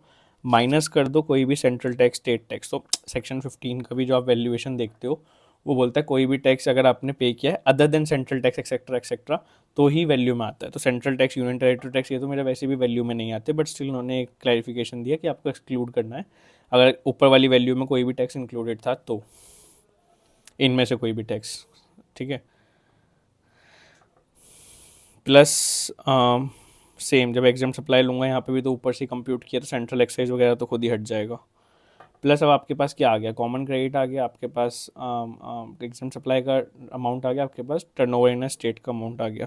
तो वह पोर्शन कर दो कॉमन क्रेडिट को। तो उसका फॉर्मूला क्या है, D1 is equal to E/F into C2। D1 क्या है, D1 आपका आता है कितना एग्जाम सप्लाई से पर्टेन कर रहा है वो वाला क्रेडिट। उसमें E क्या है, aggregate value of exempt supply during a tax period. आपके टैक्स पीरियड में आपने स्टेप 2 में एग्जाम सप्लाई निकाला है वो यहाँ पे रख लो, डिवाइड कर दो F से। F है टर्नओवर इन स्टेट जो कि आपने स्टेप 3 के अंदर निकाला है। आपका अमाउंट निकल के आ जाएगा कॉमन क्रेडिट वाला अमाउंट कितना है। अब आपने ये तो निकाल लिया कि कॉमन क्रेडिट एग्जाम सप्लाई से कितना पर्टेन करता है, डेट इज 17.2। बट 17.1 के अंदर आपको ये भी निकालना है नॉन बिजनेस कितना है। तो उसका इन्होंने मेथोडोलॉजी नहीं बोली, इन्होंने बोला आप कॉमन क्रेडिट का सीधा 5% मान लो नॉन बिजनेस वाला है, एंड वो आप रिवर्स कर दो। अब आपका एक्चुअल में एलिजिबल क्रेडिट कितना आएगा, तो जो आपका C3 है जी कितना एलिजिबल क्रेडिट है, इसमें से C2 क्या था कॉमन क्रेडिट, माइनस कर दो D1 एग्जाम सप्लाई वाला common credit, D2 non business वाला, जो आपका बैलेंस आया वो आपका एलिजिबल क्रेडिट है। और जो D1 D2 है ये आप रिवर्स कर दोगे 3B के अंदर। अब इसमें कुछ नोट्स हैं, वो नोट्स क्या है, जो आपका C3 है यानी जो एलिजिबल क्रेडिट है ये आपको CGST के लिए अलग से निकालना है, SGST के लिए अलग से, UTGST के लिए अलग से, IGST के लिए अलग से। प्लस इसमें क्या होता है कि जो D1 D2 है आप हर महीने कंप्यूट करोगे, फिर आप साल के एंड में कंप्यूट करोगे पूरे फाइनेंशियल ईयर का एक बार में। और कब वो करोगे आप, जो सितंबर की रिटर्न होगी अगले साल की, जो 3B होगी उसकी ड्यू डेट से पहले पहले आप ये करोगे एक्सरसाइज। अब इसमें अगर क्या होता है, जो आपका एनुअल रिवर्सल है वो मंथली रिवर्सल से ज़्यादा आता है, तो जो जितना भी डिफरेंशियल रिवर्सल है वो अगले साल के सितंबर तक, सितंबर के मंथ तक कभी भी आप वो रिवर्स कर दो, प्लस उस पर इंटरेस्ट पे होगा from 1 April of succeeding financial year. Second, अगर आपके जो मंथली रिवर्सल थे वो ज़्यादा थे और एनुअल रिवर्सल कम आता है, तो जो आपने एक्सेस रिवर्सल जो था वो आप सितंबर की किसी भी रिटर्न तक, अगले साल के सितंबर की किसी भी रिटर्न तक रीअवेल कर सकते हो जो आपने रिवर्स किया था। So this is with respect to reversal of common credit with respect to input and input services. Then हम देखेंगे reversal of common credit with respect to capital goods, जो कि रूल 43 के अंदर है। तो इसमें भी सेम अप्रोच है, हमने स्टेप में इसे डिवाइड किया है और उस स्टेप के हिसाब से चलेंगे और अल्टीमेटली हमारा क्रेडिट निकल जाएगा। सो इसमें सबसे पहले हम क्या करेंगे यहाँ पे, एक चीज़ पहले मैं बताता हूँ। तो ऑल ओवर इंटरनेशनली कैसे होता है, सो कैपिटल गुड्स या आईटीसी को रिलेटेड जो वैट क्रेडिट होता है, जो आईटीसी होता है उसको लेके 3 मेथड होते हैं। First is gross income method. Gross income में बेसिकली क्या होता है कि आपको ना ही इनपुट्स का और ना ही कैपिटल गुड्स का क्रेडिट नहीं मिलता है। ये मान लिया जाता है कि as soon as you purchase them they are consume, तो उन पर कोई आईटीसी नहीं मिलता। नेट इनकम मेथड होता है। नेट इनकम मेथड के अंदर क्या होता है, आपको कैप इनपुट पे पूरा आईटीसी मिल जाता है, कैपिटल गुड्स पे आपको डेप्रिसिएशन के रेशियो में आईटीसी मिलता है। 3 होता है कंजम्पशन मेथड, जो कि प्रेजेंटली जीएसटी में फॉलो होता है। इसके अंदर क्या होता है, आपको कैपिटल गुड्स पे भी फुल आईटीसी मिल जाता है, बट आप एक स्पेसिफाइड पीरियड से पहले अगर उसे सप्लाई करते हो या फिर एग्जाम सप्लाई वगैरह के लिए यूज़ करते हो तो आपको रिवर्सल करना पड़ता है। तो कैपिटल गुड्स के रेस्पेक्ट में ये चलता है ट्रांजेक्शन हमारा। उसके बाद हम इसमें स्पेसिफिकली देखते हैं कि 43 बोलता क्या है। तो 43 के अंदर इन्होंने क्या बोला, सबसे पहले आप वो निकाल लो, capital goods exclusively for non business जो है, जैसे ऊपर हमने इनपुट सर्विस निकालते हैं वैसे ही कैपिटल गुड्स वो आपके क्रेडिट लेजर में नहीं जाएंगे। उसके बाद जो एक्सक्लूसिवली फॉर एग्जाम सप्लाई हैं वो भी आपके क्रेडिट लेजर में नहीं जाएंगे। उसके बाद जो आपके exclusively for taxable including zero rated supply हैं वो आपके 3B के अंदर डिक्लेयर होंगे और इलेक्ट्रॉनिक क्रेडिट लेजर में जाएंगे। इन तीनों के अलावा जो भी आपका आईटीसी बचा है, दैट इज़ जो commonly taxable and business non business और एग्जाम्प्ट के लिए, उसके रिस्पेक्ट में आप क्या करो, आप उसे ए से डिनोट करो, उस अमाउंट को इलेक्ट्रॉनिक क्रेडिट लेजर में लेके जाओ, उसकी लाइफ को 5 साल मान लो। ठीक है, ये 3 चीज़ आपने कर ली। अब आप नीचे आओ। अब एक गुड्स क्या हो सकते हैं कि पहले आपके नॉन बिजनेस या एग्जाम्प्ट के लिए थे और अब वो कॉमन के लिए आ रहे हैं, यानी पहले या तो 1 में कवर होते थे या 2 में कवर होते थे, अब वो 4 में आ रहे हैं। तो उनके रेस्पेक्ट में क्या करो, उनके रेस्पेक्ट में भी सेम चीज़ करो आप। अभी तक तो उनका आईटीसी अभी तक तो आपने उनका आईटीसी लिया नहीं होगा, तो उन्हें ही पहले इलेक्ट्रॉनिक क्रेडिट में लेके जाओ और उन्हें ए से डिनोट करो। उसके बाद टीआई निकालो। टीआई कैसे निकालोगे, तो 5% मल्टीप्लाई करो amount of ITC on such goods जो आपके बिजनेस नॉन बिजनेस और एग्जाम्प्ट से कॉमन में आ रहे हैं, उनके ऊपर आईटीसी जो था उसका 5% लो इतना, और नंबर ऑफ क्वार्टर और part thereof from date of invoice लो। तो मान लो 1 साल उन्हें आपको डेट ऑफ इनवॉइस से हुआ तो 4 क्वार्टर बनते हैं, या पार्ट है तो 5 क्वार्टर, जो भी अकॉर्डिंगली होता है उससे मल्टीप्लाई करो। तो total amount of ITC multiply by 5% multiply number of quarter from date of invoice, आपका अमाउंट निकल जाएगा और इस अमाउंट को ऐड कर दो आप अपने आउटपुट लाइबिलिटी में। तो उसका नेट इफेक्ट क्या हुआ, आपने यहाँ पे इलेक्ट्रॉनिक क्रेडिट लेजर ने पूरा क्रेडिट ले लिया, प्लस जितने टाइम तक वो नॉन बिजनेस या एग्जाम के लिए यूज़ होते हैं उतने क्रेडिट को अपने आउटपुट टैक्स लाइबिलिटी में ऐड कर दिया। तो नेट में आपने उतने क्रेडिट लिया जितना वो आगे कॉमन पर्पज़ के लिए यूज़ होंगे। प्लस अब जिन जिन कैपिटल गुड्स की अभी भी लाइफ बची हुई है 5 साल में से, उनका आप टीसी निकालोगे। टीसी कैसे निकालोगे, जितना भी आपका ए वाला अमाउंट है वो सबको ऐड कर लो, ठीक है। उसके बाद sum all amount denoted as which were credited to only in respect of capital goods उस लाइफ, अगर आपकी 5 साल से ज़्यादा जा चुके हैं तो उसके अमाउंट को आप ऐड नहीं करोगे रिवर्सल के, सिर्फ 5 साल अगर विद इन 5 ईयर है तो ही आप करोगे। उसके बाद आप क्या करो यहाँ पे, प्लस इसमें अगर मान लो कोई ओरिजिनल टैक्सेबल से कॉमन में जा रहा है तो उसमें आपका सारा आईटीसी टीसी में आ जाएगा, बिकॉज अभी तक तो क्रेडिट लेजर में तो था ही, तो क्रेडिट लेजर में छेड़ने की ज़रूरत नहीं है, उसे कॉमन क्रेडिट बनाना है, तो हमने यहाँ टीसी निकाला था, टीसी में ही आप ऐड कर दोगे। अब आपके पास टीसी है, आपको मंथली रिवर्सल निकालना है, तो टीसी डिवाइड बाय 60 यानी 60 मंथ यानी 5 ईयर्स वाला पार्ट, तो आपका मंथली रिवर्सल की अमाउंट निकल जाएगी, हर मंथली इतना रिवर्सल करते रहो।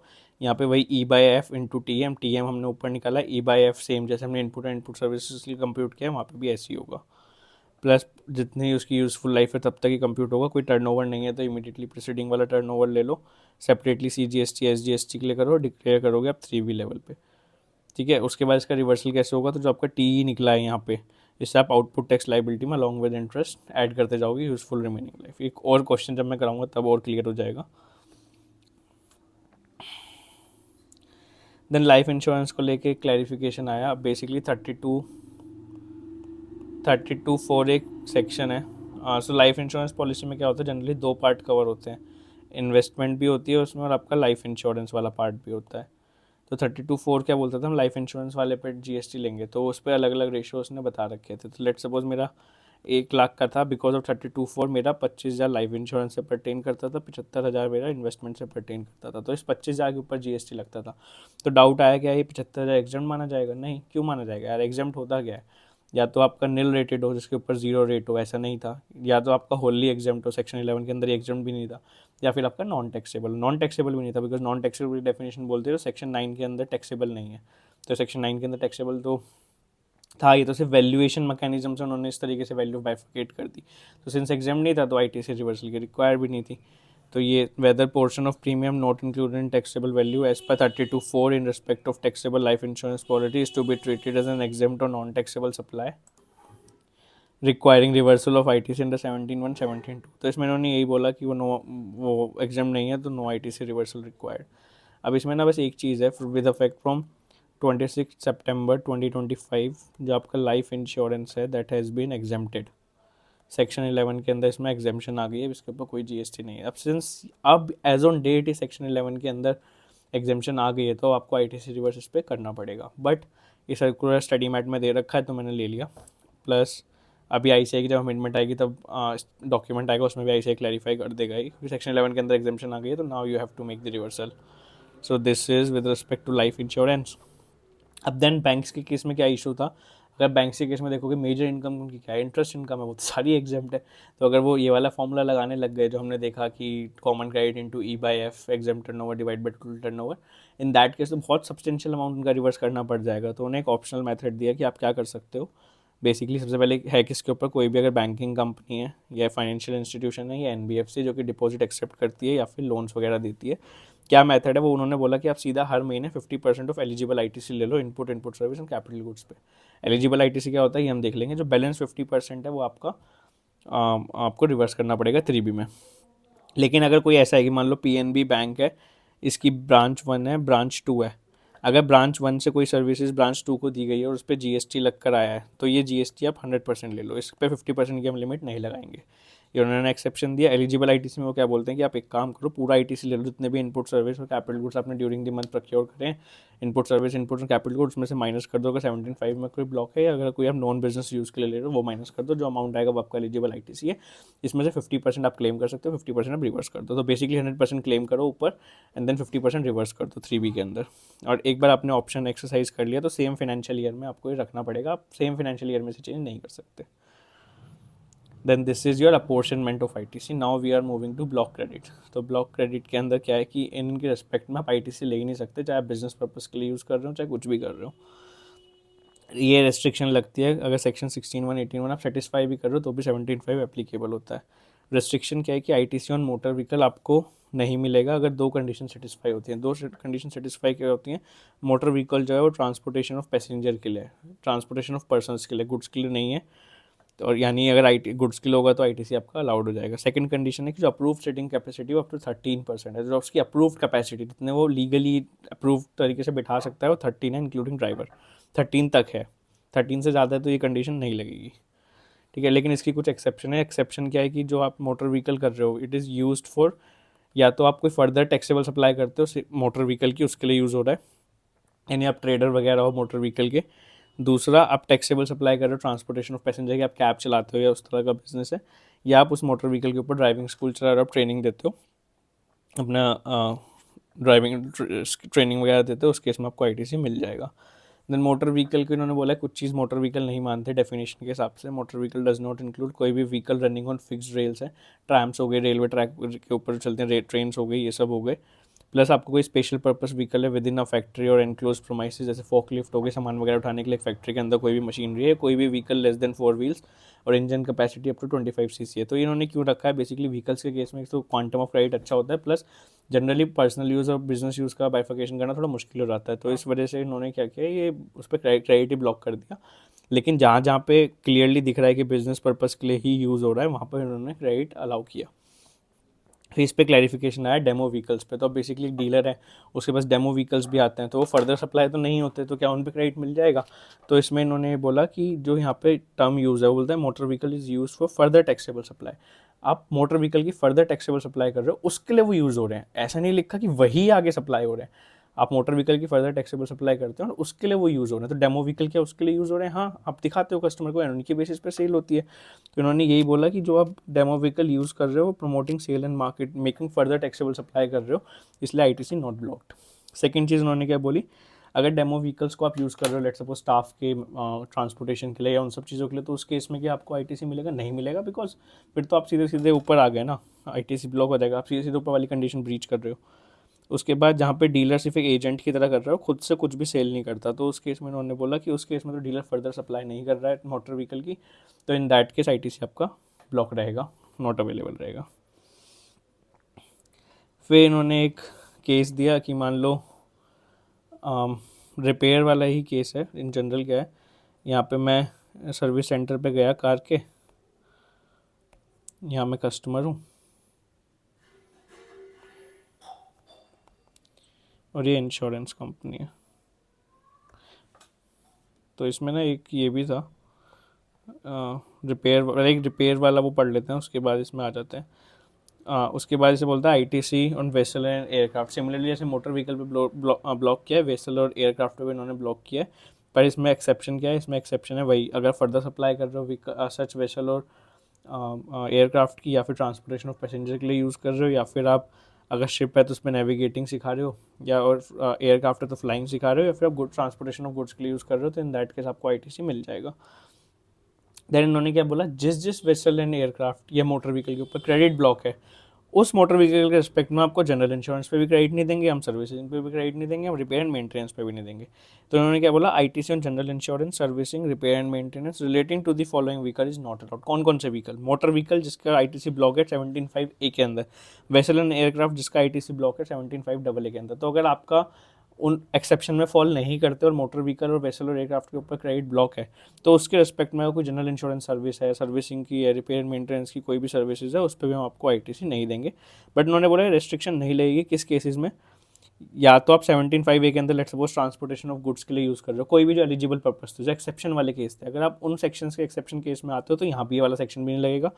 या फिर आप जो जिसे जिसे सर्विसेज मिल रही है वो या तो मैन्युफैक्चर ऑफ सच व्हीकल से, मान लो टाटा मोटर्स इंश्योरेंस की सर्विस ले रहा है, सर्विसिंग रिपेयर मेंटेनेंस की सर्विसेज ले रहा है, उस केस में उसे क्रेडिट मिल जाएगा। या फिर आप खुद इंश्योरेंस सर्विस देते हो, तो मान लो कोई इंश्योरेंस कंपनी है, ठीक है, अब इंश्योरेंस कंपनी ने क्या कर रखा है, कस्टमर A का इंश्योरेंस कर रखा है उसकी गाड़ी का, अब वो गाड़ी पे रिपेयर वगैरह करा रही है, तो कस्टमर क्लेम करेगा इंश्योरेंस कंपनी से, तो जो क्या रिपेयर का पैसा इंश्योरेंस कंपनी ने लिया वो ITC ले पाएगा, हाँ ले पाएगा, बिकॉज यहाँ पे वो एक्सेप्शन में फॉल कर जाएगा, वो खुद भी जनरल इंश्योरेंस की सर्विस दे रहा है। तो ये सर्कुलर इसी रिस्पेक्ट में था, ये जो क्लैरिफिकेशन हमने छोड़ा था, ये क्लैरिफिकेशन मैं बता देता हूँ। तो सर्विस सेंटर है, कस्टमर है, इंश्योरर है। तो सर्विस कस्टमर ने अपनी कार रिपेयर कराई, लेट्स सपोज रिपेयर कॉस्ट आई 10,000 की, इसमें इसने क्या किया, पहले केस के अंदर जो अप्रूव हुआ वो 8,000 अप्रूव हुआ इंश्योरेंस का, 2,000 अप्रूव नहीं हुआ, तो सर्विस सेंटर ने 2,000 का इन्वॉइस इस पे रेज कर दिया एंड एंड 8,000 का इन्वॉइस उसने रेज कर दिया इंश्योरेंस कंपनी के ऊपर, ठीक है। तो इस केस में उन्होंने बोला आईटीसी कितना मिलेगा इंश्योरेंस कंपनी को, तो उसे 8,000 का मिलेगा जितना उसके ऊपर इन्वॉइस आया, प्लस प्रोवाइडेड दी कंडीशन कि ये इसकी पेमेंट कर दे या फिर कस्टमर को रीइंबर्स कर दे, जो भी इसका मोड है। दूसरे केस में उन्होंने बोला कि लेट्स सपोज 10,000 का पूरा इन्होंने जो इन्वॉइस रेज किया वो इंश्योरेंस कंपनी के ऊपर ही कर दिया, बट अप्रूव 8,000 ही हुआ था, जितना अप्रूव हुआ था सिर्फ उतना ही आईटीसी ले सकती है इंश्योरेंस कंपनी।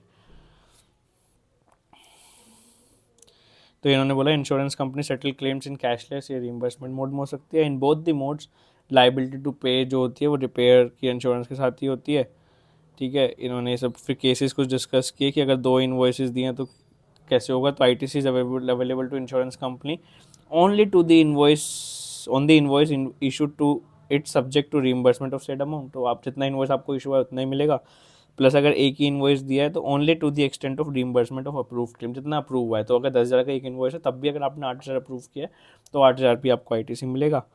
प्लस अगर इन्वॉइस इंश्योरेंस कंपनी के नेम पे ही नहीं है तो क्या आईटीसी मिल पाएगा? नहीं मिल पाएगा, बिकॉज आप 16(2) भी ब्रीच कर रहे हो कि टैक्स इन्वॉइस ही नहीं है आपके पास अपने नाम का। प्लस 16(2) जो हमने पढ़ा था कि GSTR 1 में डालेगा, प्लस 2B में आना चाहिए, वो कंडीशन भी सेटिस्फाई नहीं होगी जब आपके नाम पे इन्वॉइस ही नहीं है तो आपका GST नहीं डला हुआ होगा, तो उस केस में आपको आईटीसी नहीं मिल पाएगा। ये यहाँ पे बुक में वेसल और एयरक्राफ्ट का डबल हो गया, तो यहाँ पे इग्नोर कर देना, मैं इसके रिवाइज एडिशन में हटा दूंगा। जनरल इंश्योरेंस हमने कवर कर लिया। अब इन्होंने क्या बोला, जो मोटर व्हीकल ऊपर कवर थे इनके ऊपर आईटीसी ब्लॉक था, या जो वेसल और एयरक्राफ्ट ऊपर कवर थे उनके ऊपर जो आईटीसी ब्लॉक था, हम आपको उनकी लीजिंग पे, उनकी रेंटिंग पे, उनकी हायरिंग पे भी आईटीसी नहीं देंगे। तो ये कौन कौन से उस पर लगेगी? जो आपके मोटर व्हीकल 17(5)(a) के अंदर ब्लॉक थे, या जो वेसल एंड एयरक्राफ्ट 17(5)(a) के अंदर ब्लॉक थे। लेकिन इसके भी कुछ एक्सेप्शन है, तो मोर और लेस सिमिलर एक्सेप्शन है। पहला एक्सेप्शन तो ये है कि आप आउटवर्ड टैक्सेबल सप्लाई और सेम कैटेगरी कर रहे हो। तो लेट सपोज मैं लीजिंग पे लेता हूँ, देन आगे लीज पे देता हूँ, तो मैं सेम कैटेगरी ऑफ सप्लाई कर रहा हूँ, मैं सेम सर्विस लेता हूँ, सेम सर्विस देता हूँ, तो वहाँ पे आपको आईटीसी मिल जाएगा। प्लस अगर कोई एम्प्लॉयर ने अपने एम्प्लॉय को उसे ट्रांसपोर्टेशन प्रोवाइड करना है, ये स्टैट्यूटरी ऑब्लिगेशन के अंदर है टू प्रोवाइड दैट ट्रांसपोर्टेशन, वो खुद लीज पे लेता है या हायर पे लेता है, तो वहाँ पे आईटीसी मिल जाएगा, बिकॉज वो उसे वो खर्चा करना पड़ रहा है बिकॉज उसकी स्टैट्यूटरी ऑब्लिगेशन के अंदर। थर्ड केस के अंदर वही कि आप खुद या तो मैन्युफैक्चर हो या फिर आप खुद इंश्योरेंस सर्विसेज देते हो with respect to those vehicles, तो अगर आप लीजिंग वगैरह सर्विस लोगे तो आपको आईटीसी दे देंगे। उसके बाद नेक्स्ट हमारा क्रेडिट आता है जो हमारा फूड एंड बेवरेजेस के ऊपर आईटीसी ब्लॉक है, आउटडोर केटरिंग के अंदर आईटीसी ब्लॉक है, ब्यूटी ट्रीटमेंट के ऊपर आईटीसी ब्लॉक है, हेल्थ सर्विसेज के ऊपर आईटीसी ब्लॉक है, कॉस्मेटिक एंड प्लास्टिक सर्जरी के ऊपर आईटीसी ब्लॉक है, life insurance and health insurance के ऊपर आईटीसी ब्लॉक है। एक्सेप्शन इन्होंने क्या दिया हुआ है? एक्सेप्शन इन्होंने दिया हुआ है same outward taxable supply of same category. मान लो मैं फूड कैटरर हूँ और फूड कैटरिंग सर्विस प्रोवाइड करने के लिए मैं किसी फूड कैटरर की ही सर्विस ले रहा हूँ, तो इन दैट केस मेरे को जो मैं इनपुट साइड पर फूड कैटरर की सर्विस ले रहा हूँ उस पर आईटीसी मिल जाएगा। सेकंड केस वही कि अगर आपने लेट सपोज एक एम्प्लॉयर की ऑब्लिगेशन है कि उसे अपनी फैक्ट्री के अंदर कैंटीन सर्विस प्रोवाइड करनी है, तो यहाँ स्टैट्यूटरी ऑब्लिगेशन के अंदर वो कैंटीन सर्विस प्रोवाइड कर रहा है और वो कैंटीन सर्विस प्रोवाइड करने के लिए उसने इनपुट पे आउटडोर केटरिंग वगैरह की सर्विस ली है, तो इन दैट केस भी उसे आईटीसी मिल जाएगा। प्लस कोई भी क्लब की मेंबरशिप है या हेल्थ एंड फिटनेस सेंटर की मेंबरशिप है उसके ऊपर आईटीसी नहीं मिलेगा, बट अगर वो मेंबरशिप आपने एज ए स्टैट्यूटरी ऑब्लिगेशन अपने एम्प्लॉय को प्रोवाइड करिए तो आपको आईटीसी मिल जाएगा। प्लस कोई भी ट्रैवल बेनिफिट अगर एम्प्लॉयज़ को वैकेशन पे एक्सटेंड किया गया तो उस पर आईटीसी नहीं मिलेगा, बट सिमिलरली अगर वो कोई भी स्टैट्यूटरी ऑब्लिगेशन के अंदर एम्प्लॉयर ने एम्प्लॉय को दिए तो उस पर आईटीसी उसे मिल जाएगा। देन एक इंपॉर्टेंट सेक्शन आता है ITC block down work contract service for construction of immovable property. तो इसमें क्या है कि ये बोलता है आईटीसी ऑन वर्क्स कॉन्ट्रैक्ट, तो रियल स्टेट के ऊपर इन्होंने जनरली आईटीसी क्वांटम ज़्यादा है तो उन्होंने कहा नहीं क्रेडिट नहीं देंगे, तो उन्होंने बोला वर्क्स कॉन्ट्रैक्ट सर्विस अगर आप कंस्ट्रक्शन ऑफ इमूवेबल प्रॉपर्टी के लिए, तो आपको इमूवेबल प्रॉपर्टी कंस्ट्रक्ट करनी है, उसकी कंस्ट्रक्शन के लिए आप वर्क्स कॉन्ट्रैक्ट सर्विसेज ले रहे हो तो उस सर्विसेज पे टैक्स लगा होगा, उसका हम आईटीसी आपको नहीं देंगे, ठीक है। पहले हम समझ लेते हैं वर्क्स कॉन्ट्रैक्ट सर्विस होता क्या है। तो वर्क्स कॉन्ट्रैक्ट सर्विस का मतलब क्या है? Means a contract. Works contract means एक कॉन्ट्रैक्ट होता है किसके लिए? बिल्डिंग के लिए, कंस्ट्रक्शन के लिए, फैब्रिकेशन के लिए, कंप्लीशन के लिए, एक्सेट्रा एक्सेट्रा के लिए।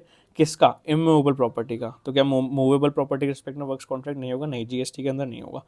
तो इमूवेबल प्रॉपर्टी के अंदर इमूवेबल प्रॉपर्टी को आप यही चीज़ करा रहे हो जहाँ पे आपकी जो गुड्स की प्रॉपर्टी है, जो टाइटल है, वो ट्रांसफर हो रही है in the execution of such contract. आप बिल्डिंग बनवा रहे हो, अब जो बिल्डिंग के लिए आपने कॉन्ट्रैक्ट पे दे दिया कि आप बिल्डिंग बनाओ, अब इस बिल्डिंग के अंदर आपके सीमेंट भी लगेगा, है ना, ब्रिक्स भी लगेंगी, अलग अलग चीज़ें लगेंगी, वो सब वो अपने आप ला के देगा, वो आपको अल्टीमेटली बिल्डिंग बना के देगा। तो यहाँ पे एसेंशियल सर्विस क्या है? Works contract.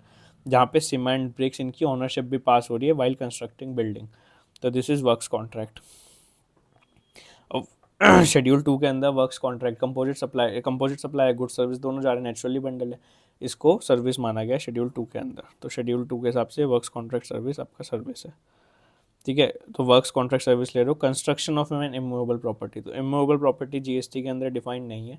General clauses act को हम रेफर करते हैं तो बोलता है इंक्लूड लैंड, आपका जो लैंड है, कोई भी benefit arising out of land, trees वगैरह हो गए, या कोई भी things attach to or permanently fasten to anything attach to earth, ठीक है। इसके अभी थिंग्स अटैच टू अर्थ क्या होंगी, ये हमारे जीएसटी में डिफाइंड नहीं है, उसके लिए हम transfer of property act refer करते हैं।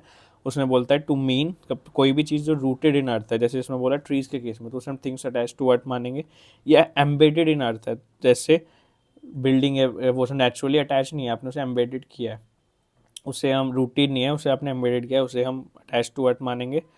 Plus attach to what is so embedded for the permanent beneficial enjoyment that is to, तो बेसिकली आपने किसी जैसे बिल्डिंग है वो एम्बेडेड है परमानेंटली, उसके बिल्डिंग के अंदर कुछ आप चीज़ फिक्स कर देते हो परमानेंट एन्जॉयमेंट के लिए, जैसे एसी कर दिया या कुछ भी कर दिया, तो उसे भी हम अटैच टू अर्थ मानेंगे। इन्होंने मूवेबल प्रॉपर्टी बताया, एग्जाम में इतना इशू नहीं आएगा, वो बता के देगा, या तो क्लियरली बोल देगा इनमें से कुछ, accordingly movable property.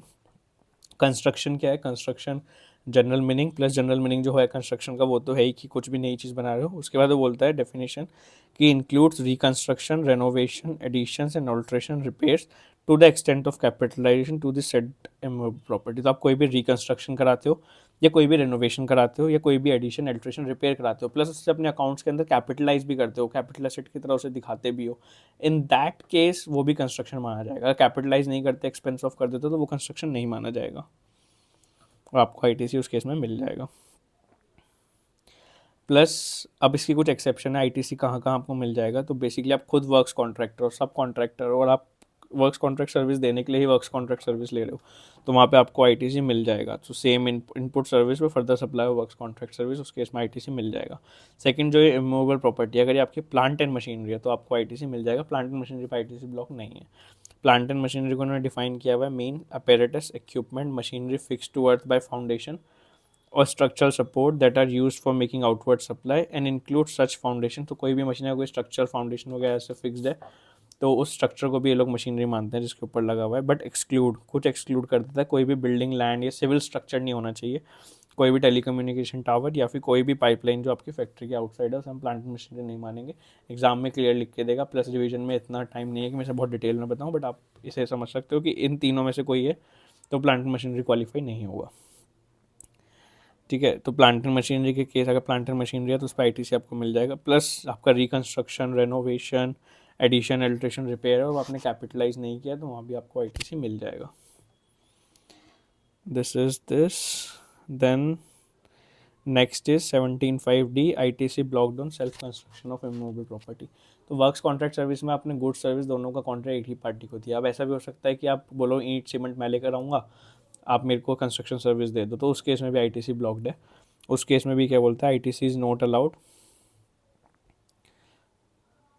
On goods and or services received by taxable person for construction of an immovable property other than plant and machinery on his own account. So basically ITC allowed नहीं है कोई भी goods and services जो आप construction of immovable property के लिए ले रहे हो other than plant and machinery, plant and machinery के लिए यहाँ भी allowed है on his own account, ये अपने लिए बना रहे हो, दूसरे के लिए नहीं बना रहे, दूसरे के लिए बना रहे हो तो आपको क्रेडिट मिल जाएगा। तो वही एक्सेप्शंस में इन्होंने दिया हुआ है कि whether the when the construction is not in on account, अगर अपने अकाउंट के लिए नहीं, आपका काम ही है या बना के दे रहे हो, तो उस केस में आपको आईटीसी मिल जाएगा। या फिर आपका capital goods, plant and machinery है तो भी आईटीसी मिल जाएगा, या फिर जहाँ पे आपने वो रेनोवेशन, एडिशन, अल्ट्रेशन, रिपेयर वगैरह कैपिटलाइज नहीं किया, वहाँ भी आईटीसी मिल जाएगा। और जो कंस्ट्रक्शन का मतलब हमने ऊपर समझा था वही सेम है, immovable property same meaning, plant and machinery same meaning. अब यहाँ पे एक अपडेट है जो कि आई थिंक एग्जाम परस्पेक्टिव से उतना रिलेवेंट नहीं है, बट अंडरस्टैंडिंग के लिए हम समझ सकते हैं। तो फिनेंस एक्ट 2025 से पहले सिचुएशन क्या थी, 17(5)C के अंदर जो वर्ड यूज़ हुआ हुआ था प्लांट एंड मशीनरी यूज़ हुआ हुआ था। यहाँ पे एक मिस्टेक है इसके अंदर, ये 17(5)C नहीं है, 17(5)D है। तो 17(5)C के अंदर आपका प्लांट एंड मशीनरी यूज़ हुआ था, 17(5)D के अंदर प्लांट और मशीनरी यूज़ हुआ था। तो यहाँ पे डिस्प्यूट आया कि जो प्लांट एंड मशीनरी का ऊपर हमने मीनिंग पढ़ा था, क्या वो 17(5)D पे भी लगेगा, तो इसमें सफाई रिट्रीट में सुप्रीम कोर्ट में केस गया, सुप्रीम कोर्ट ने बोला प्लांट एंड मशीनरी का जो एक्सप्रेशन है is not equal to plant and और मशीनरी। तो जो 17(5)(d) में यूज़ हुआ है उसके ऊपर ये एक्सप्लेनेशन डेफिनेशन नहीं लगेगा। प्लस प्लांट के अंदर कोई और रिमूवेबल स्ट्रक्चर भी आ सकता है बिकॉज जो सिविल स्ट्रक्चर थे वो प्लांट एंड मशीनरी की डेफिनेशन से बाहर किए हुए थे, बट हमने बोल दिया वो डेफिनेशन लगेगी नहीं। तो उन्होंने बोला कोई और स्ट्रक्चर भी आ सकता है, अगर बिजनेस के लिए है तो फैक्ट बेस्ड आपको देखना पड़ेगा। प्लस उन्होंने लेकिन validity of 17(5) CED and 16(4) appealed कर दी थी। अब इस जजमेंट को ओवरराइड करने के लिए पार्लियामेंट अमेंडमेंट लाया। उन्होंने क्या किया, जो प्लांट और मशीनरी वर्ड यूज़ हुआ था उसे इन्होंने प्लांट एंड मशीनरी से सब्सटीट्यूट कर दिया, यानी विद अफेक्ट रेट्रोस्पेक्टिवली उन्होंने बोल दिया कि इसे प्लांट एंड मशीनरी ही पढ़ोगे और अमेंड कर दिया। तो बिकॉज ऑफ दैट आपका जजमेंट का रीजनिंग था वो फेल हो गया और आपको ITC ब्लॉक हो गया। प्लस एक एक्सप्लेनेशन भी डाला कि कोई भी जजमेंट हो उसके नोट विद स्टैंडिंग हमेशा माना जाएगा कि हमेशा से प्लांट एंड मशीनरी ही लिखा हुआ था। तो बेसिकली सफाई रिट्रीट को नलीफाई कर दिया, नॉलेज पर्पज़ के लिए था। उसके बाद एक इशू ये आया कि जो ये ऑप्टिकल फाइबर केबल्स होते हैं इनके लिए डक्ट्स लगते हैं। डक्ट्स क्या, जिसमें अंडरग्राउंड वायरिंग जाती है। मैन होल्स भी होते हैं। मैन होल्स के अंदर क्या होता है, बीच बीच में थोड़ी जगह बनाते हैं जहाँ पे कोई इलेक्ट्रिशियन वगैरह जाके बाद में रिपेयर वगैरह कर सके। तो जो डक्ट्स एंड मैन होल्स लगे हुए हैं, क्या ये भी इमूवेबल प्रॉपर्टी का पार्ट माना जाएगा और 17(5) C या D के अंदर इनका क्रेडिट ब्लॉक हो जाएगा। तो उस पर उन्होंने क्लैरिफिकेशन बोला कि डक्ट्स एंड मैनहोल जो होते हैं वो FC का पार्ट होते हैं और ये प्लांट एंड मशीनरी की डेफिनेशन में आते हैं और इन्हें आप यूज़ कर रहे हो फर्दर आगे टेलीकम्युनिकेशन सर्विस देने के लिए। और ना ही ये सिविल स्ट्रक्चर है, ना ही लैंड है, ना ही बिल्डिंग है, तो ये प्लांट एंड मशीनरी की डेफिनेशन से बाहर भी नहीं है। प्लस ये टेलीकम्युनिकेशन टावर भी नहीं है, प्लस पाइपलाइन भी नहीं है। तो किसी भी जो प्लांट एंड मशीनरी की हमें डेफिनेशन पड़ी थी, एक्सक्लूजन्स वाले पार्ट पड़े थे, वहाँ फॉल नहीं करते। तो इस वजह से इनके ऊपर ITC मिल जाएगा, ITC रिस्ट्रिक्टेड नहीं है। उसके बाद कुछ छोटे छोटे ब्लॉक क्रेडिट के सेक्शन है। 17(5)(e) क्या बोलता है कि कोई भी कंपोजिशन के अंदर अगर टैक्स पे हुआ तो उस पर क्रेडिट नहीं मिलेगा। तो कंपोजिशन में तो एज अ रिसिपेंट में टैक्स पे कर भी नहीं रहा था, मैं टैक्स ही पे नहीं कर रहा, तो मेरे को क्रेडिट वैसे भी क्या ही मिलेगा। प्लस जो नॉन रेजिडेंट टैक्सेबल पर्सन होता है, नॉन रेजिडेंट टैक्सेबल पर्सन क्या होते हैं, रजिस्ट्रेशन चैप्टर में देखेंगे। ये जो भी परचेज करते हैं इनके ऊपर इन्हें ITC नहीं मिलता, बट अगर गुड्स इंपोर्ट करें तो इंपोर्ट वाले केस में ITC मिल जाता है। इंपोर्ट ऑफ सर्विस पर नहीं मिलता, इंपोर्ट ऑफ गुड्स में मिल जाता है। उसकी रीजनिंग अभी इतना टाइम नहीं है, हम बाद में कभी कर सकते हैं। रिवीजन वीडियो में रीजनिंग की ज़रूरत भी नहीं है और एग्जाम पर्सपेक्टिव से भी it's not that relevant. Then कोई भी अगर आप CSR के लिए गुड्स यूज़ कर रहे हो तो CSR कंपनीज एक्ट सेक्शन 135 आपको बोलते हैं आप सर्टेन परसेंटेज CSR एक्सपेंडिचर करना है। तो उस एक्सपेंडिचर को करने के लिए आप कुछ भी परचेज करते हो उसके ऊपर जो GST है वहाँ इस पर क्रेडिट नहीं मिलेगा। तो ये स्टार्टिंग से GST लॉ में नहीं था, बाद में अमेंडमेंट आई थी because of certain judgments. But यहाँ पे I don't think so it's we have enough time to discuss that. But हाँ, CSR के ऊपर ITC नहीं मिलेगा। प्लस कोई भी पर्सनल कंजम्पशन के लिए कर रहे हो यार, तो पर्सनल कंजम्पशन के लिए आप लोगे तो 16(1) के अंदर ही क्वालिफाई नहीं करोगे, तो आपको ITC कैसे मिलेगा। बट लेट्स सपोज आप 16(1) में आ गए, देन आप बाद में नॉन बिजनेस के लिए यूज़, पर्सनल कंजम्पशन के लिए यूज़ करो तो 17(1) के अंदर फंस जाओगे। बट स्टिल उन्होंने 17(5) भी एक सेक्शन दिया कि ठीक है अगर आप पर्सनल कंजम्पशन के लिए कर रहे हो तो हम आपका क्रेडिट ब्लॉक कर देंगे। उसके बाद आप कोई भी गुड्स एज अ गिफ्ट किसी को दे रहे हो, फ्री सैंपल किसी को दे रहे हो, लॉस्ट हो गए गुड्स चोरी हो गए, डिस्ट्रॉय हो गए, गुड्स रिटर्न ऑफ हो गए, तो अल्टीमेटली मतलब आउटपुट पे सेल नहीं हो रही है, तो उन केस में भी आपका ITC ब्लॉक्ड है। जो गिफ्ट टर्म है वो डिफाइंड नहीं है GST लॉ के अंदर। आप दो चीज़ याद कर सकते हो, किसी भी चीज़ को अगर आपको गिफ्ट चेक करना है तो दो कंडीशन सेटिस्फाई होनी चाहिए। वॉलंटरी है, मतलब कोई कॉन्ट्रैक्चुअल ऑब्लिगेशन वगैरह नहीं, आप वॉलंटरी दे रहे हो। सेकंड, आप विदाउट कंसिडरेशन दे रहे हो। अगर ये दोनों चीज़ सेटिस्फाई होती है तो आप उसे गिफ्ट बोल सकते हो। मीनिंग ऑफ सैम्पल भी ठीक है, कोई रिलेवेंट नहीं है। देन कुछ सेल्स प्रमोशनल स्कीम के रिस्पेक्ट में इन्होंने क्लैरिफिकेशन इशू किया कि इनके में ITC का कैसे ट्रीटमेंट होगा। तो अगर कोई भी सैम्पल या फ्री गिफ्ट दे रहे हो तो हमने ऊपर ही पढ़ा कि ITC ब्लॉक्ड है, तो इसमें इन्होंने बोला ITC not available because of free या फिर एज अ सैम्पल या एज अ गिफ्ट दे रहे हो। प्लस लेकिन अगर ये शेड्यूल 1 की ट्रांजैक्शन है तो ITC अलाउ। शेड्यूल 1 क्या बोलता है कि रिलेटेड और डिस्टिंक्ट पर्सन के केस में विदाउट कंसिडरेशन पे अगर आप कुछ कर रहे हो तो वो सप्लाई मान लिया जाएगा। तो मान लो मैं फ्री में दे रहा हूँ बट मेरा पर्सन रिलेटेड पर्सन है तो सप्लाई मान लिया जाएगा, मेरे को आउटपुट पर टैक्स पे करना पड़ेगा। जब मैं आउटपुट पर टैक्स पे कर रहा हूँ तब मेरा ITC क्यों रोक रहा है। तो वही सर्कुलर ने क्लैरिफाई किया कि अगर शेड्यूल 1 वाली ट्रांजैक्शन है तो उस पर ITC मिल जाएगा। बाय 1 गेट 1 फ्री, आप एक लो आपको 2 और मिलेंगे, एक लो एक और मिलेगा। इसमें इन्होंने बोला कि जो वारंटी वाले में था कि जो ओरिजिनल सप्लाई है, जो मेन सप्लाई है, उसकी वैल्यू में आप ऑलरेडी कंसिडर कर चुके हो, तो it's not a free supply. आप एक के लिए चार्ज करके उसमें 2 गुड्स दे रहे हो, treated as 2 suppliers for price of 1। तो इसके ऊपर कंपोजिट मिक्स सप्लाई के ऊपर से आपकी टैक्स लाइबिलिटी या रेट के हिसाब से देख लोगे आप, कंपोजिट है मिक्सड और ITC अलाउ हो जाएगा, कोई भी रिवर्सल की रिक्वायरमेंट नहीं है। उसके बाद डिस्काउंट में इन्होंने बोला बाय मोर सेव मोर, आप 1000 क्वांटिटी लो तो आपको डिस्काउंट इतना मिलेगा, 2000 लो तो इतना मिलेगा।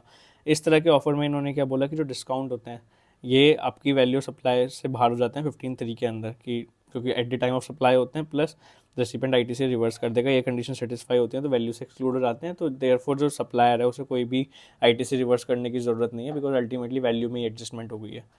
देन सेकेंडरी डिस्काउंट जो आपके पोस्ट सेल डिस्काउंट होते हैं, at the time of supply नहीं होते, बाद में होते हैं। तो 15(3) के अंदर ये वैल्यू से एक्सक्लूड नहीं हो सकते, प्लस आईटीसी पे भी कोई इंपैक्ट नहीं। आप डिस्काउंट दे रहे हो, अल्टीमेटली आपने फ्री में कुछ नहीं दिया, आपने प्राइस कम कर लिया, तो इस पर आईटीसी की कोई इम्प्लीकेशन नहीं आती। उसके बाद एक क्लैरिफिकेशन आई थी कि सप्लायर क्या कर सकता है, वो कमर्शियल क्रेडिट नोट इशू कर सकता है। कमर्शियल क्रेडिट नोट में क्या होगा कि आपकी वैल्यू कम हो जाएगी, बट जितना आपने टैक्स पे किया उसकी कोई एडजस्टमेंट नहीं मिलेगी। तो उस केस में इन्होंने बोला कि जब कमर्शियल क्रेडिट नोट इशू होगा तो क्या रेसिपेंट को आईटीसी भी रिवर्स करना है, तो उन्होंने बोला नहीं रिवर्स करना, बिकॉज अल्टीमेटली टैक्स भी कम नहीं हुआ सप्लायर का, तो मैं क्यों आईटीसी रिवर्स करूँ। तो इन्होंने बोला sir recipient not required to reverse ITC. अब एक केस क्या हो सकता है कि जैसे फार्मा सेक्टर में होता है, फार्मा कंपनी है, इसने अपने डीलर को गुड्स भेजे, दवाइयाँ भेजी, मेडिसिन, अब वो एक्सपायर हो गई, अब वो एक्सपायर्ड मेडिसिन यहाँ पे पड़ी हैं। तो यहाँ पे क्या क्या हो सकता है, इस एक्सपायर्ड मेडिसिन को उसे कूड़े में नहीं फेंक सकता, उसे फार्मा सेक्टर को वापस देना होगा रेगुलेटर के हिसाब से।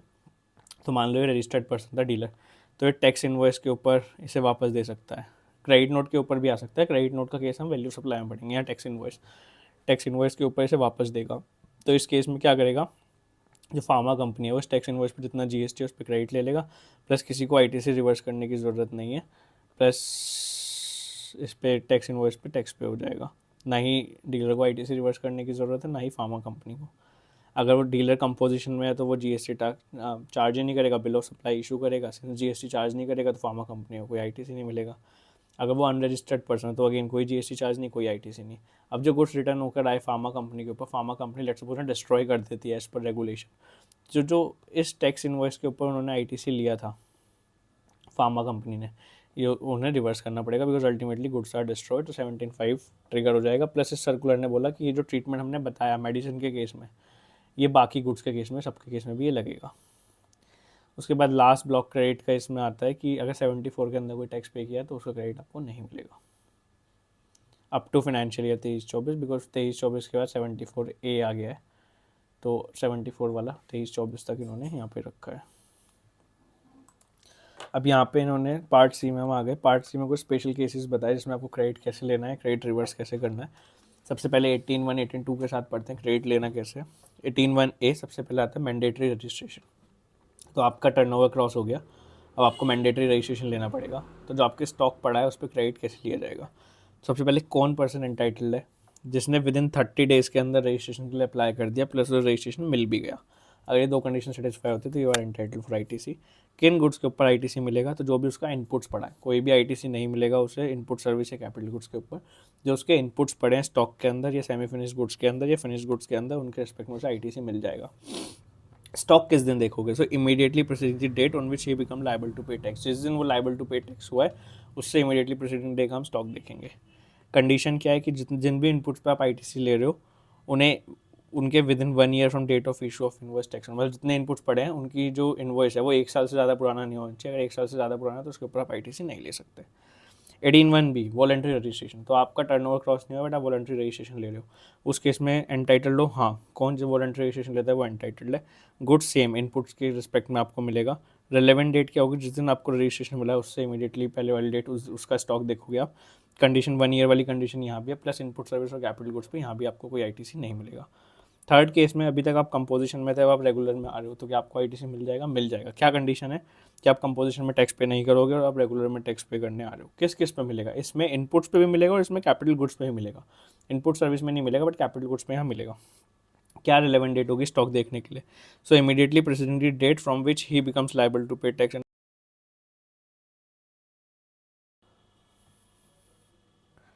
तो जिस दिन से रेगुलर स्कीम के अंदर उसे टैक्स पे करना है उस दिन से आपको जिस दिन से आप रेगुलर स्कीम के अंदर टैक्स पे करने के लिए लायबल हो गए उस दिन से आपको उस दिन से उससे पहले दिन वाला आपको स्टॉक देखना है। प्लस 1 ईयर की कंडीशन यहाँ भी लगेगी। प्लस यहाँ पे क्या बोलता है, जो कैपिटल गुड्स का आईटीसी है उसे आप रिड्यूस कर दोगे कितना, 5% पर quarter of the year, part of the year from the date of invoice.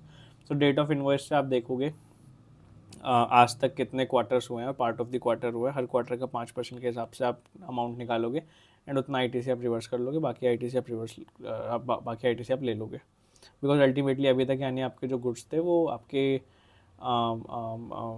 मतलब अभी तक आप एलिजिबल नहीं थे, तो जितना पार्ट अभी तक का है वो आप रिवर्स कर दोगे, आप सारा क्रेडिट नहीं लोगे।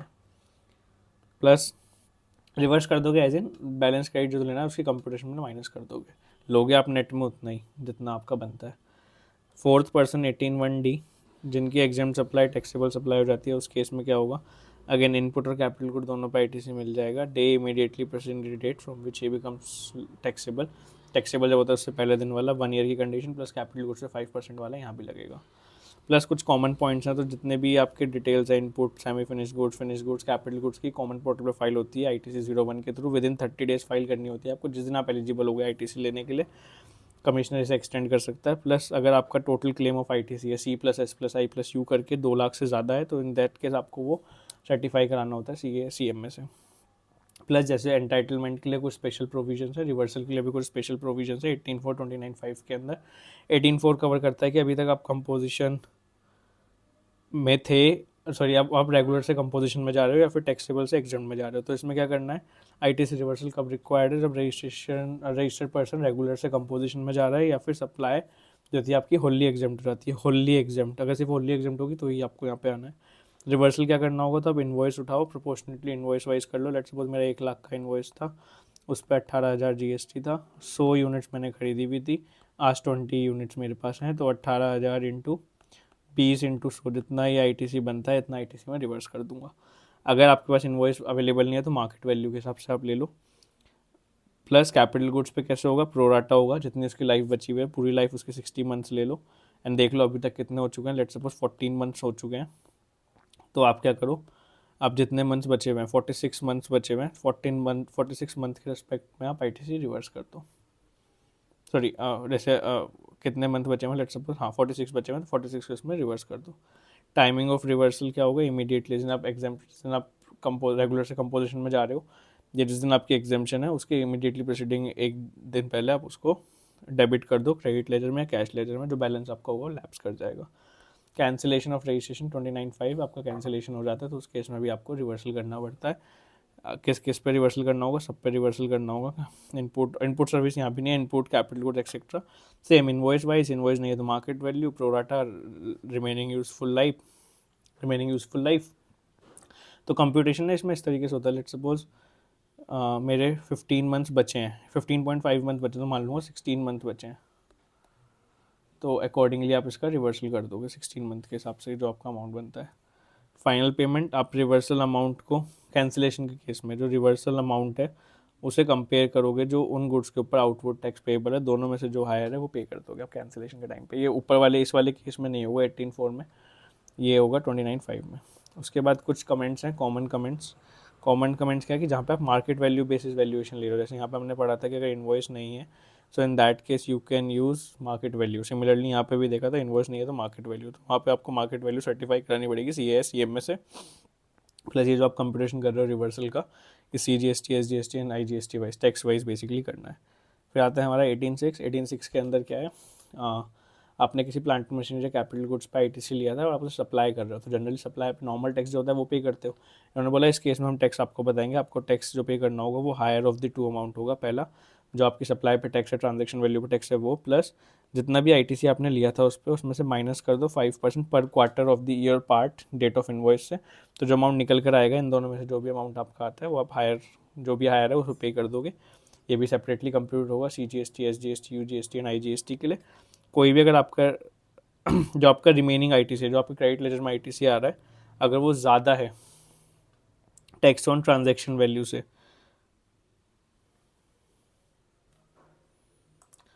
जो आपका आईटीसी लेट्स सपोज जो आपका आईटीसी है वो ज़्यादा आ रहा है, तो इन दैट केस जो एक्सेस वाला अमाउंट है वो आप आउटपुट टैक्स लाइबिलिटी में ऐड कर दोगे। Plus scrap breaks moulds dies वगैरह अगर आप कुछ सप्लाई करो तो इसमें नॉर्मल ट्रांजैक्शन वैल्यू पे टैक्स पे हो जाएगा, इस पर आपको ये वाला मैकेनिज्म फॉलो करने की ज़रूरत नहीं है।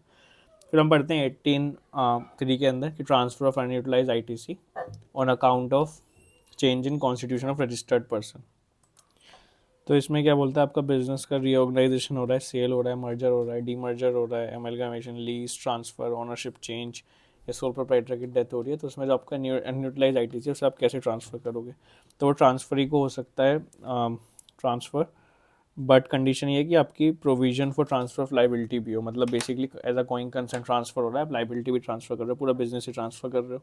क्या फॉर्म और कंप्लायंस है, जो ट्रांसफर है उसे ITC 02 फाइल करना होता है पोर्टल के अंदर। CMA और CA का सर्टिफिकेट, दोनों में से किसी का सर्टिफिकेट लगेगा कि ये जो ट्रांसफ़र हो रहा है with a provision for transfer of liability भी हो रहा है। एक बार ट्रांसफर ही पोर्टल पे एक्सेप्ट कर लेगा तो उसकी ITC क्रेडिट हो जाएगा उसके इलेक्ट्रॉनिक क्रेडिट लेजर में, और जो उसने गुड्स एंड कैपिटल गुड्स और इनपुट जो लिए हैं उसको बुक्स में अकाउंट फॉर कर लेगा। देन डीमर्जर के केस में क्या होगा, डीमर्जर या पार्शियल ट्रांसफर के केस में, इस पर सर्कुलर था 133, ये बोलता है डीमर्जर के केस में या पार्शियल ट्रांसफर के जो केस होते हैं कि आप पूरा बिजनेस ट्रांसफर नहीं कर रहे, थोड़ा बिजनेस ट्रांसफर कर रहे हो, उसमें जो आपका ITC दोनों के ट्रांसफर के बीच में पोर्शन होगा in the ratio of value of assets. ठीक है, एंड वैल्यू ऑफ असेट्स क्या होगी आपकी, आप टोटल असेट्स की वैल्यू लोगे चाहे उसके ऊपर ITC लिया था या नहीं लिया था। अपॉर्शनमेंट के रूल क्या होंगे, एसेट वैल्यू आप स्टेट वाइज लोगे। ठीक है, ITC 02 हर उस स्टेट में फाइल होगा जहाँ दोनों एंटिटी रजिस्टर्ड है। जो रेशियो अप्लाई होगा वो अनयूटिलाइज ITC के टोटल बैलेंस के ऊपर होगा, C+I+I। उसके बाद अकॉर्डिंगली विद इन ईच कितना बैलेंस है आप अकॉर्डिंगली एलोकेट कर दोगे। प्लस जो अपॉर्शनमेंट होगा ITC का उसके लिए आप बैलेंस चेक करोगे on the date of ITC 02 filing. Asset का जो रेशियो होगा वो अपॉइंटेड डेट ऑफ डीमर्जर कितने एसेट्स है उसके बेसिस पे डिसाइड होगा। ये यहाँ पे इसकी हेडिंग गलत आ रही है, इस हेडिंग को ये है transfer of ITC on obtaining separate registration for multiple places of business with in a state, rule 41 है, रिवाइज एडिशन में ठीक कर दूंगा। तो अगर आप एक स्टेट में एक से ज़्यादा रजिस्ट्रेशन ले रहे हो तो आपको उसमें हो सकता है अभी तक आप एक GSTN से चला रहे थे, अब आपने एक बिजनेस सेपरेट करके उसका दूसरा GSTN ले रहे हो, तो इस पर अनयूटिलाइज जो ITC पड़ा है वो आपको यहाँ ट्रांसफ़र करना होगा, तो आप वो कर सकते हो न्यू GSTN को। अपॉर्शनमेंट का रेशियो वही वैल्यू ऑफ असेट्स जो ईच प्लेस के पास रहेंगे, इसके पास असेट जो रहेंगे प्लस इसको जा रहे हैं। डीमर्जर में जैसे किया था वैसे ही रेशियो यहाँ पे करके वैल्यू ऑफ असेट के लिए टोटल बिजनेस असेट लोगे चाहे उस पर ITC लिया था या नहीं लिया था। कंप्लायंस क्या करना होगा, डिटेल फर्निश करनी है with in 30 days of registration, and एक बार ट्रांसफर ही एक्सेप्ट कर लेगा तो क्रेडिट उसके उसमें उसके बैलेंस में उसकी क्रेडिट लेजर में चला जाएगा, ट्रांसफर हो जाएगा। उसके बाद पार्ट D आता है हमारा distribution of credit by ISD। Distribution of credit by ISD, तो ISD का रोल क्या होता है, तो जैसे मान लो ये मेरा HO है, ये मेरे BO1 ब्रांच ऑफिस 2 और ये हेड ऑफिस है। इस अब मेरा ऑडिट सर्विसेज मेरे को मिली, ऑडिट इसका भी होगा, ऑडिट इसका भी होगा, ऑडिट इसका भी होगा, तो पूरा जो इनवॉइस था लेट्स सपोज 1 लाख का विद 18% GST 18,000 HO को रेज हो गया। तो इसने HO ने क्या किया, इसने इनपुट सर्विसेज ली, कॉमन इनपुट सर्विसेज ब्रांचेस के बिहाफ पे भी, जिसके लिए वो पेमेंट कर रहा है वो टैक्स ले रहा है। तो जो 18,000 का ITC है वो कैसे डिस्ट्रीब्यूट करे, बिकॉज ऐसा हो सकता है HO की अपनी कोई सप्लाई ना हो तो ये तो कभी यूटिलाइज ही नहीं हो पाएगा, तो कैसे इन डिस्ट्रीब्यूट किया जाए वो ISD मैकेनिज्म बताता है।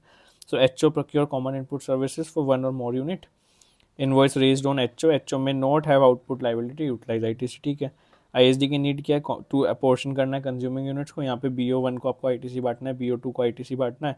ISD mechanism distributes ITC proportionately कर लेता है। ये सिर्फ इनपुट सर्विसेज पर लगता है, ना ही कैपिटल गुड्स पर, ना ही इनपुट्स पे, प्लस जो RCM के अंदर टैक्सेबल होती है इनपुट सर्विस उनके ऊपर भी ये लगता है। उस केस में आपको क्या करना होता है, आपको सेम स्टेट में एक रेगुलर रजिस्ट्रेशन लेना होगा, आप उस रेगुलर रजिस्ट्रेशन से RCM की टैक्स लाइबिलिटी पे करोगे, आपने पे कर दी तो क्रेडिट ले लिया, अब इस क्रेडिट को आप ट्रांसफ़र कर दोगे ISD पे, अब ISD आगे बांट देगा इसे। मैंडेटरी डिस्ट्रीब्यूशन, तो ISD ऑप्शनल नहीं है, ISD मैंडेटरी अगर आप कॉमन इनपुट सर्विसेज ले रहे हो। उसके बाद जो भी कॉमन इनपुट सर्विसेज ले रहे हैं उन्हें मैंडेटरी ISD रजिस्ट्रेशन लेना पड़ता है, चाहे उनका रेगुलर रजिस्ट्रेशन भी हो, कोई थ्रेशोल्ड नहीं है ISD रजिस्ट्रेशन के लिए। प्लस आपको डिस्ट्रीब्यूट करना पड़ेगा, मल्टीपल ISD आप ले सकते हो कि सेल्स का अलग, मार्केटिंग का अलग, एक्सेट्रा एक्सेट्रा। डिस्ट्रीब्यूशन के प्रिंसिपल क्या है कि जितना क्रेडिट होगा उतना डिस्ट्रीब्यूट करोगे, तो it should not exceed the credit available. Distribution सिर्फ आप सेम पैन के अंदर जो GSTN है, जो डिस्टिंक्ट पर्सन है उसी ही कर सकते हो, डिफरेंट पैन वाले को नहीं कर सकते। एट्रीब्यूशन कैसे होगा कि जो आपने सर्विस ली थी अगर सिर्फ वो एक ब्रांच से परटेन करती है तो उसी ब्रांच को बांट दो, मल्टीपल से करती है तो in the ratio of turnover in a state जो हमने पढ़ा था, टर्नओवर इन स्टेट वैसे निकलेगा, बस उसमें सेंट्रल एक्साइज वाले एक्सक्लूजन्स नहीं होंगे, वो हम एक बार नीचे भी देख लेंगे। जो concern recipient let's suppose BO1 है, आपको इन दोनों में बांटना है, तो इसमें क्या करोगे आप, मतलब इन दोनों से परटेन करता है, तो BO1 का turnover in state divide by BO1 का प्लस BO2 का, अगर सिर्फ इन दोनों को ही बांटना है तो ये यही बोलता है कि उनके रेशो में बांट दो। अगर सबको बांटना है, जैसे ऑडिट सर्विस मान लो कॉमन है तो HO को भी बांटना है, BO को भी, BO को, मान लो यहाँ BO3 भी है, BO4 भी है, तो इसमें क्या बोलता है जितने भी रेसिपेंट है, मान लो BO1 को बांटना है तो BO1 divide by aggregate turnover, जो आपका पूरे सबका एग्रीगेट टर्नओवर मिला के आ रहा है उसके रेशो में आप बांट दो। इसका जब क्वेश्चन करेंगे और अंडरस्टैंडिंग क्लियर होगी क्वेश्चन बैच के अंदर। एंड देन जो आप बांटोगे क्रेडिट, एलिजिबल आईटीसी को अलग से बांटो, इन एलिजिबल को अलग से बांटो, और सीजीएसटी, एसजीएसटी, यूटीजीएसटी, आईजीएसटी सब अलग अलग आपका बटेगा। अगर टर्नओवर कैसे लेना है, तो अगर प्रीवियस फाइनेंशियल ईयर का टर्नओवर लेना है, अगर फाइनेंशियल ईयर प्रीवियस फाइनेंशियल का नहीं है तो लास्ट क्वार्टर जिसकी भी डिटेल अवेलेबल है वो ले लो। अगर multiple location in some state में, मान लो मेरा दिल्ली के अंदर ही 2 जीएसटी हैं, जीएसटी 1, जीएसटी 2, तो दोनों का मिला के आप ले लो एंड देन अकॉर्डिंगली बांट दो।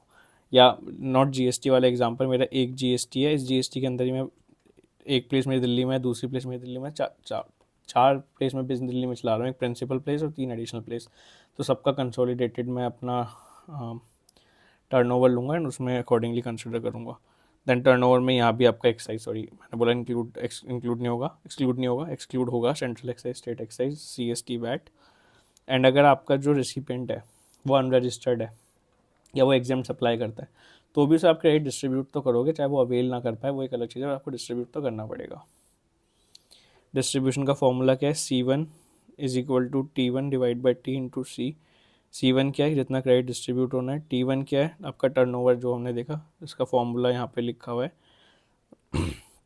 Divide by T aggregate turnover all recipient, जिनको आप बांट रहे हो वो सब इसमें होगा, मल्टीप्लाई सी आपने टोटल क्रेडिट जो डिस्ट्रीब्यूट करना है, तो अल्टीमेटली वो आ जाएगा कितना डिस्ट्रीब्यूट हो रहा है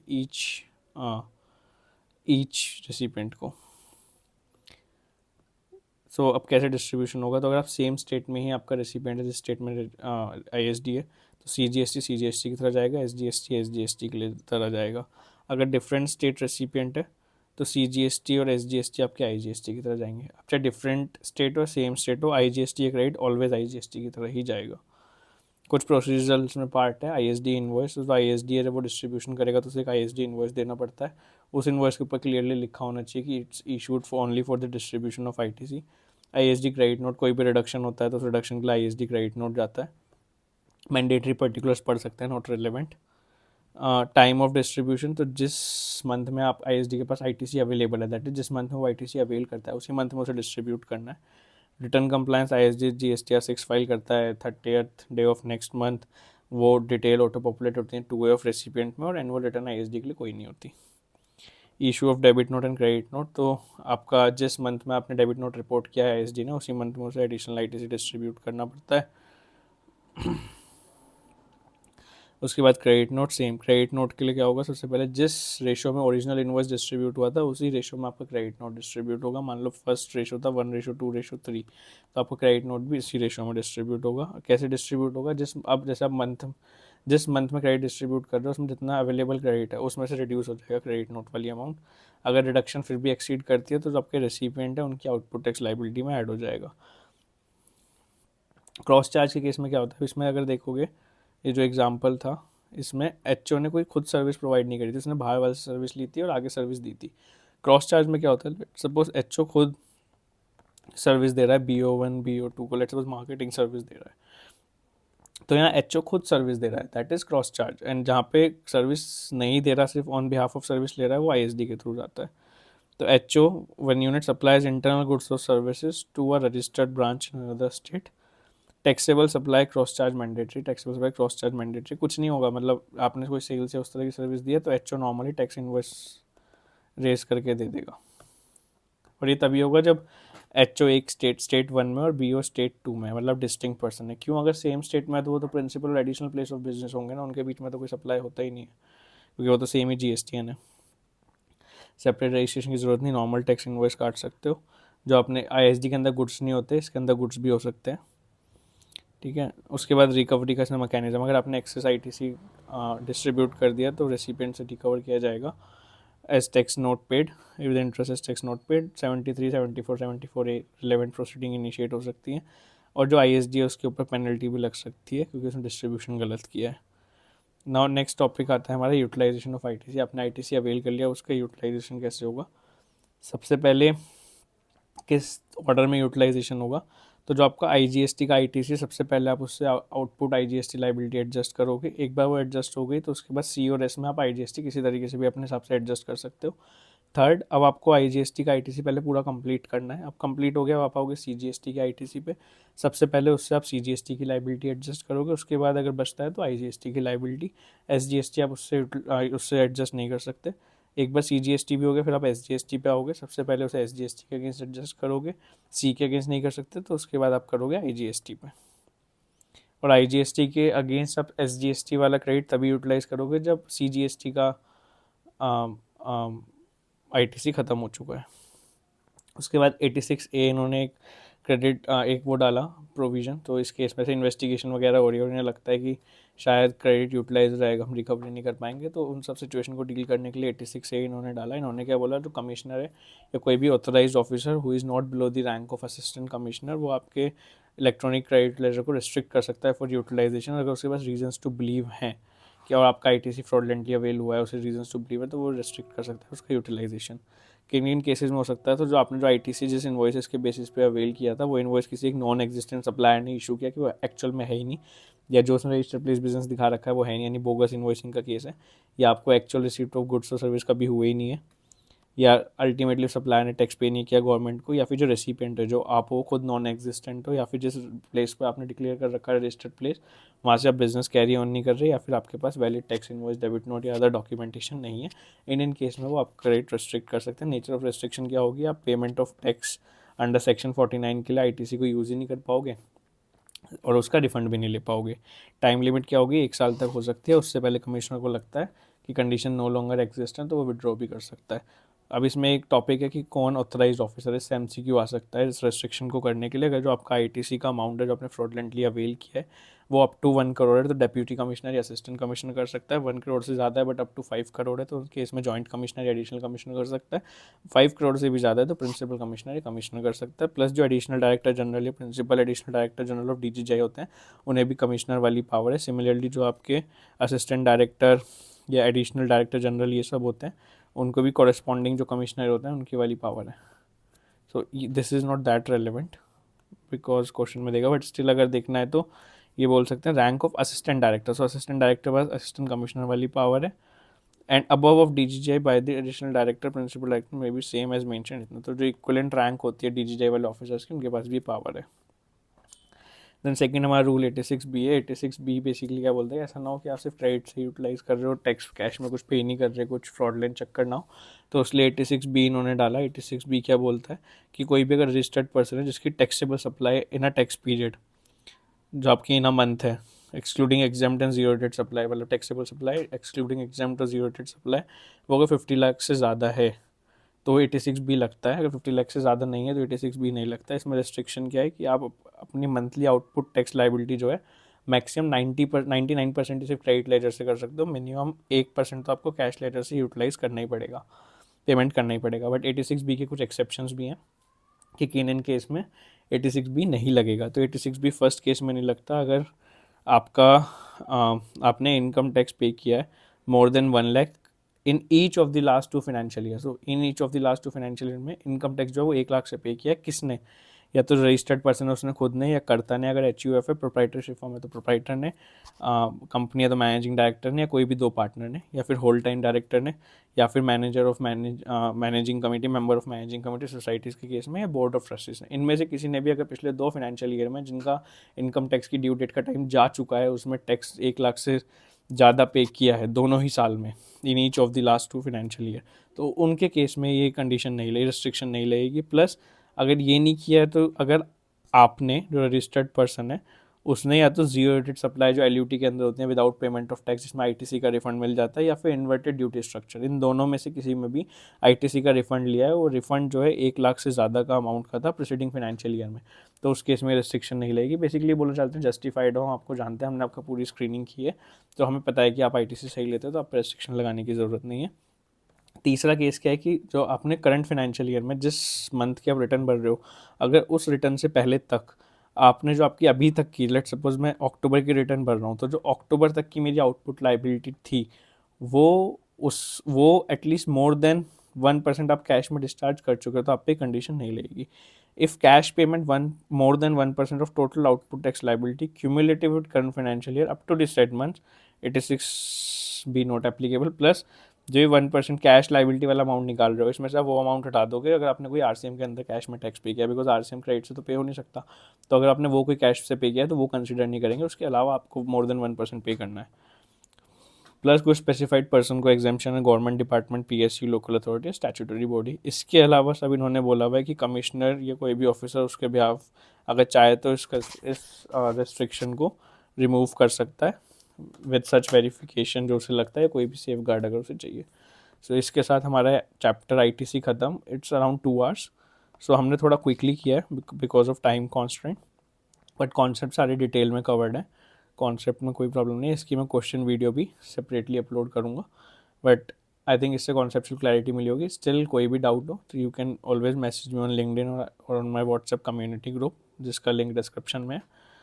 other than that next topic let's see हम क्या टेकअप करेंगे। May 26 का आई एम टारगेटिंग कि मैं सारे चैप्टर्स जीएसटी प्लस कस्टम्स का रिवीजन वीडियो डालूँ। एंड कोई फॉर्मेट रिलेटेड, नोट्स रिलेटेड भी आपका है कि मैं इस तरीके से इम्प्रोवाइज़ कर सकता हूँ, तो please let me know, I will improvise it. So या दैट्स इट, थैंक यू।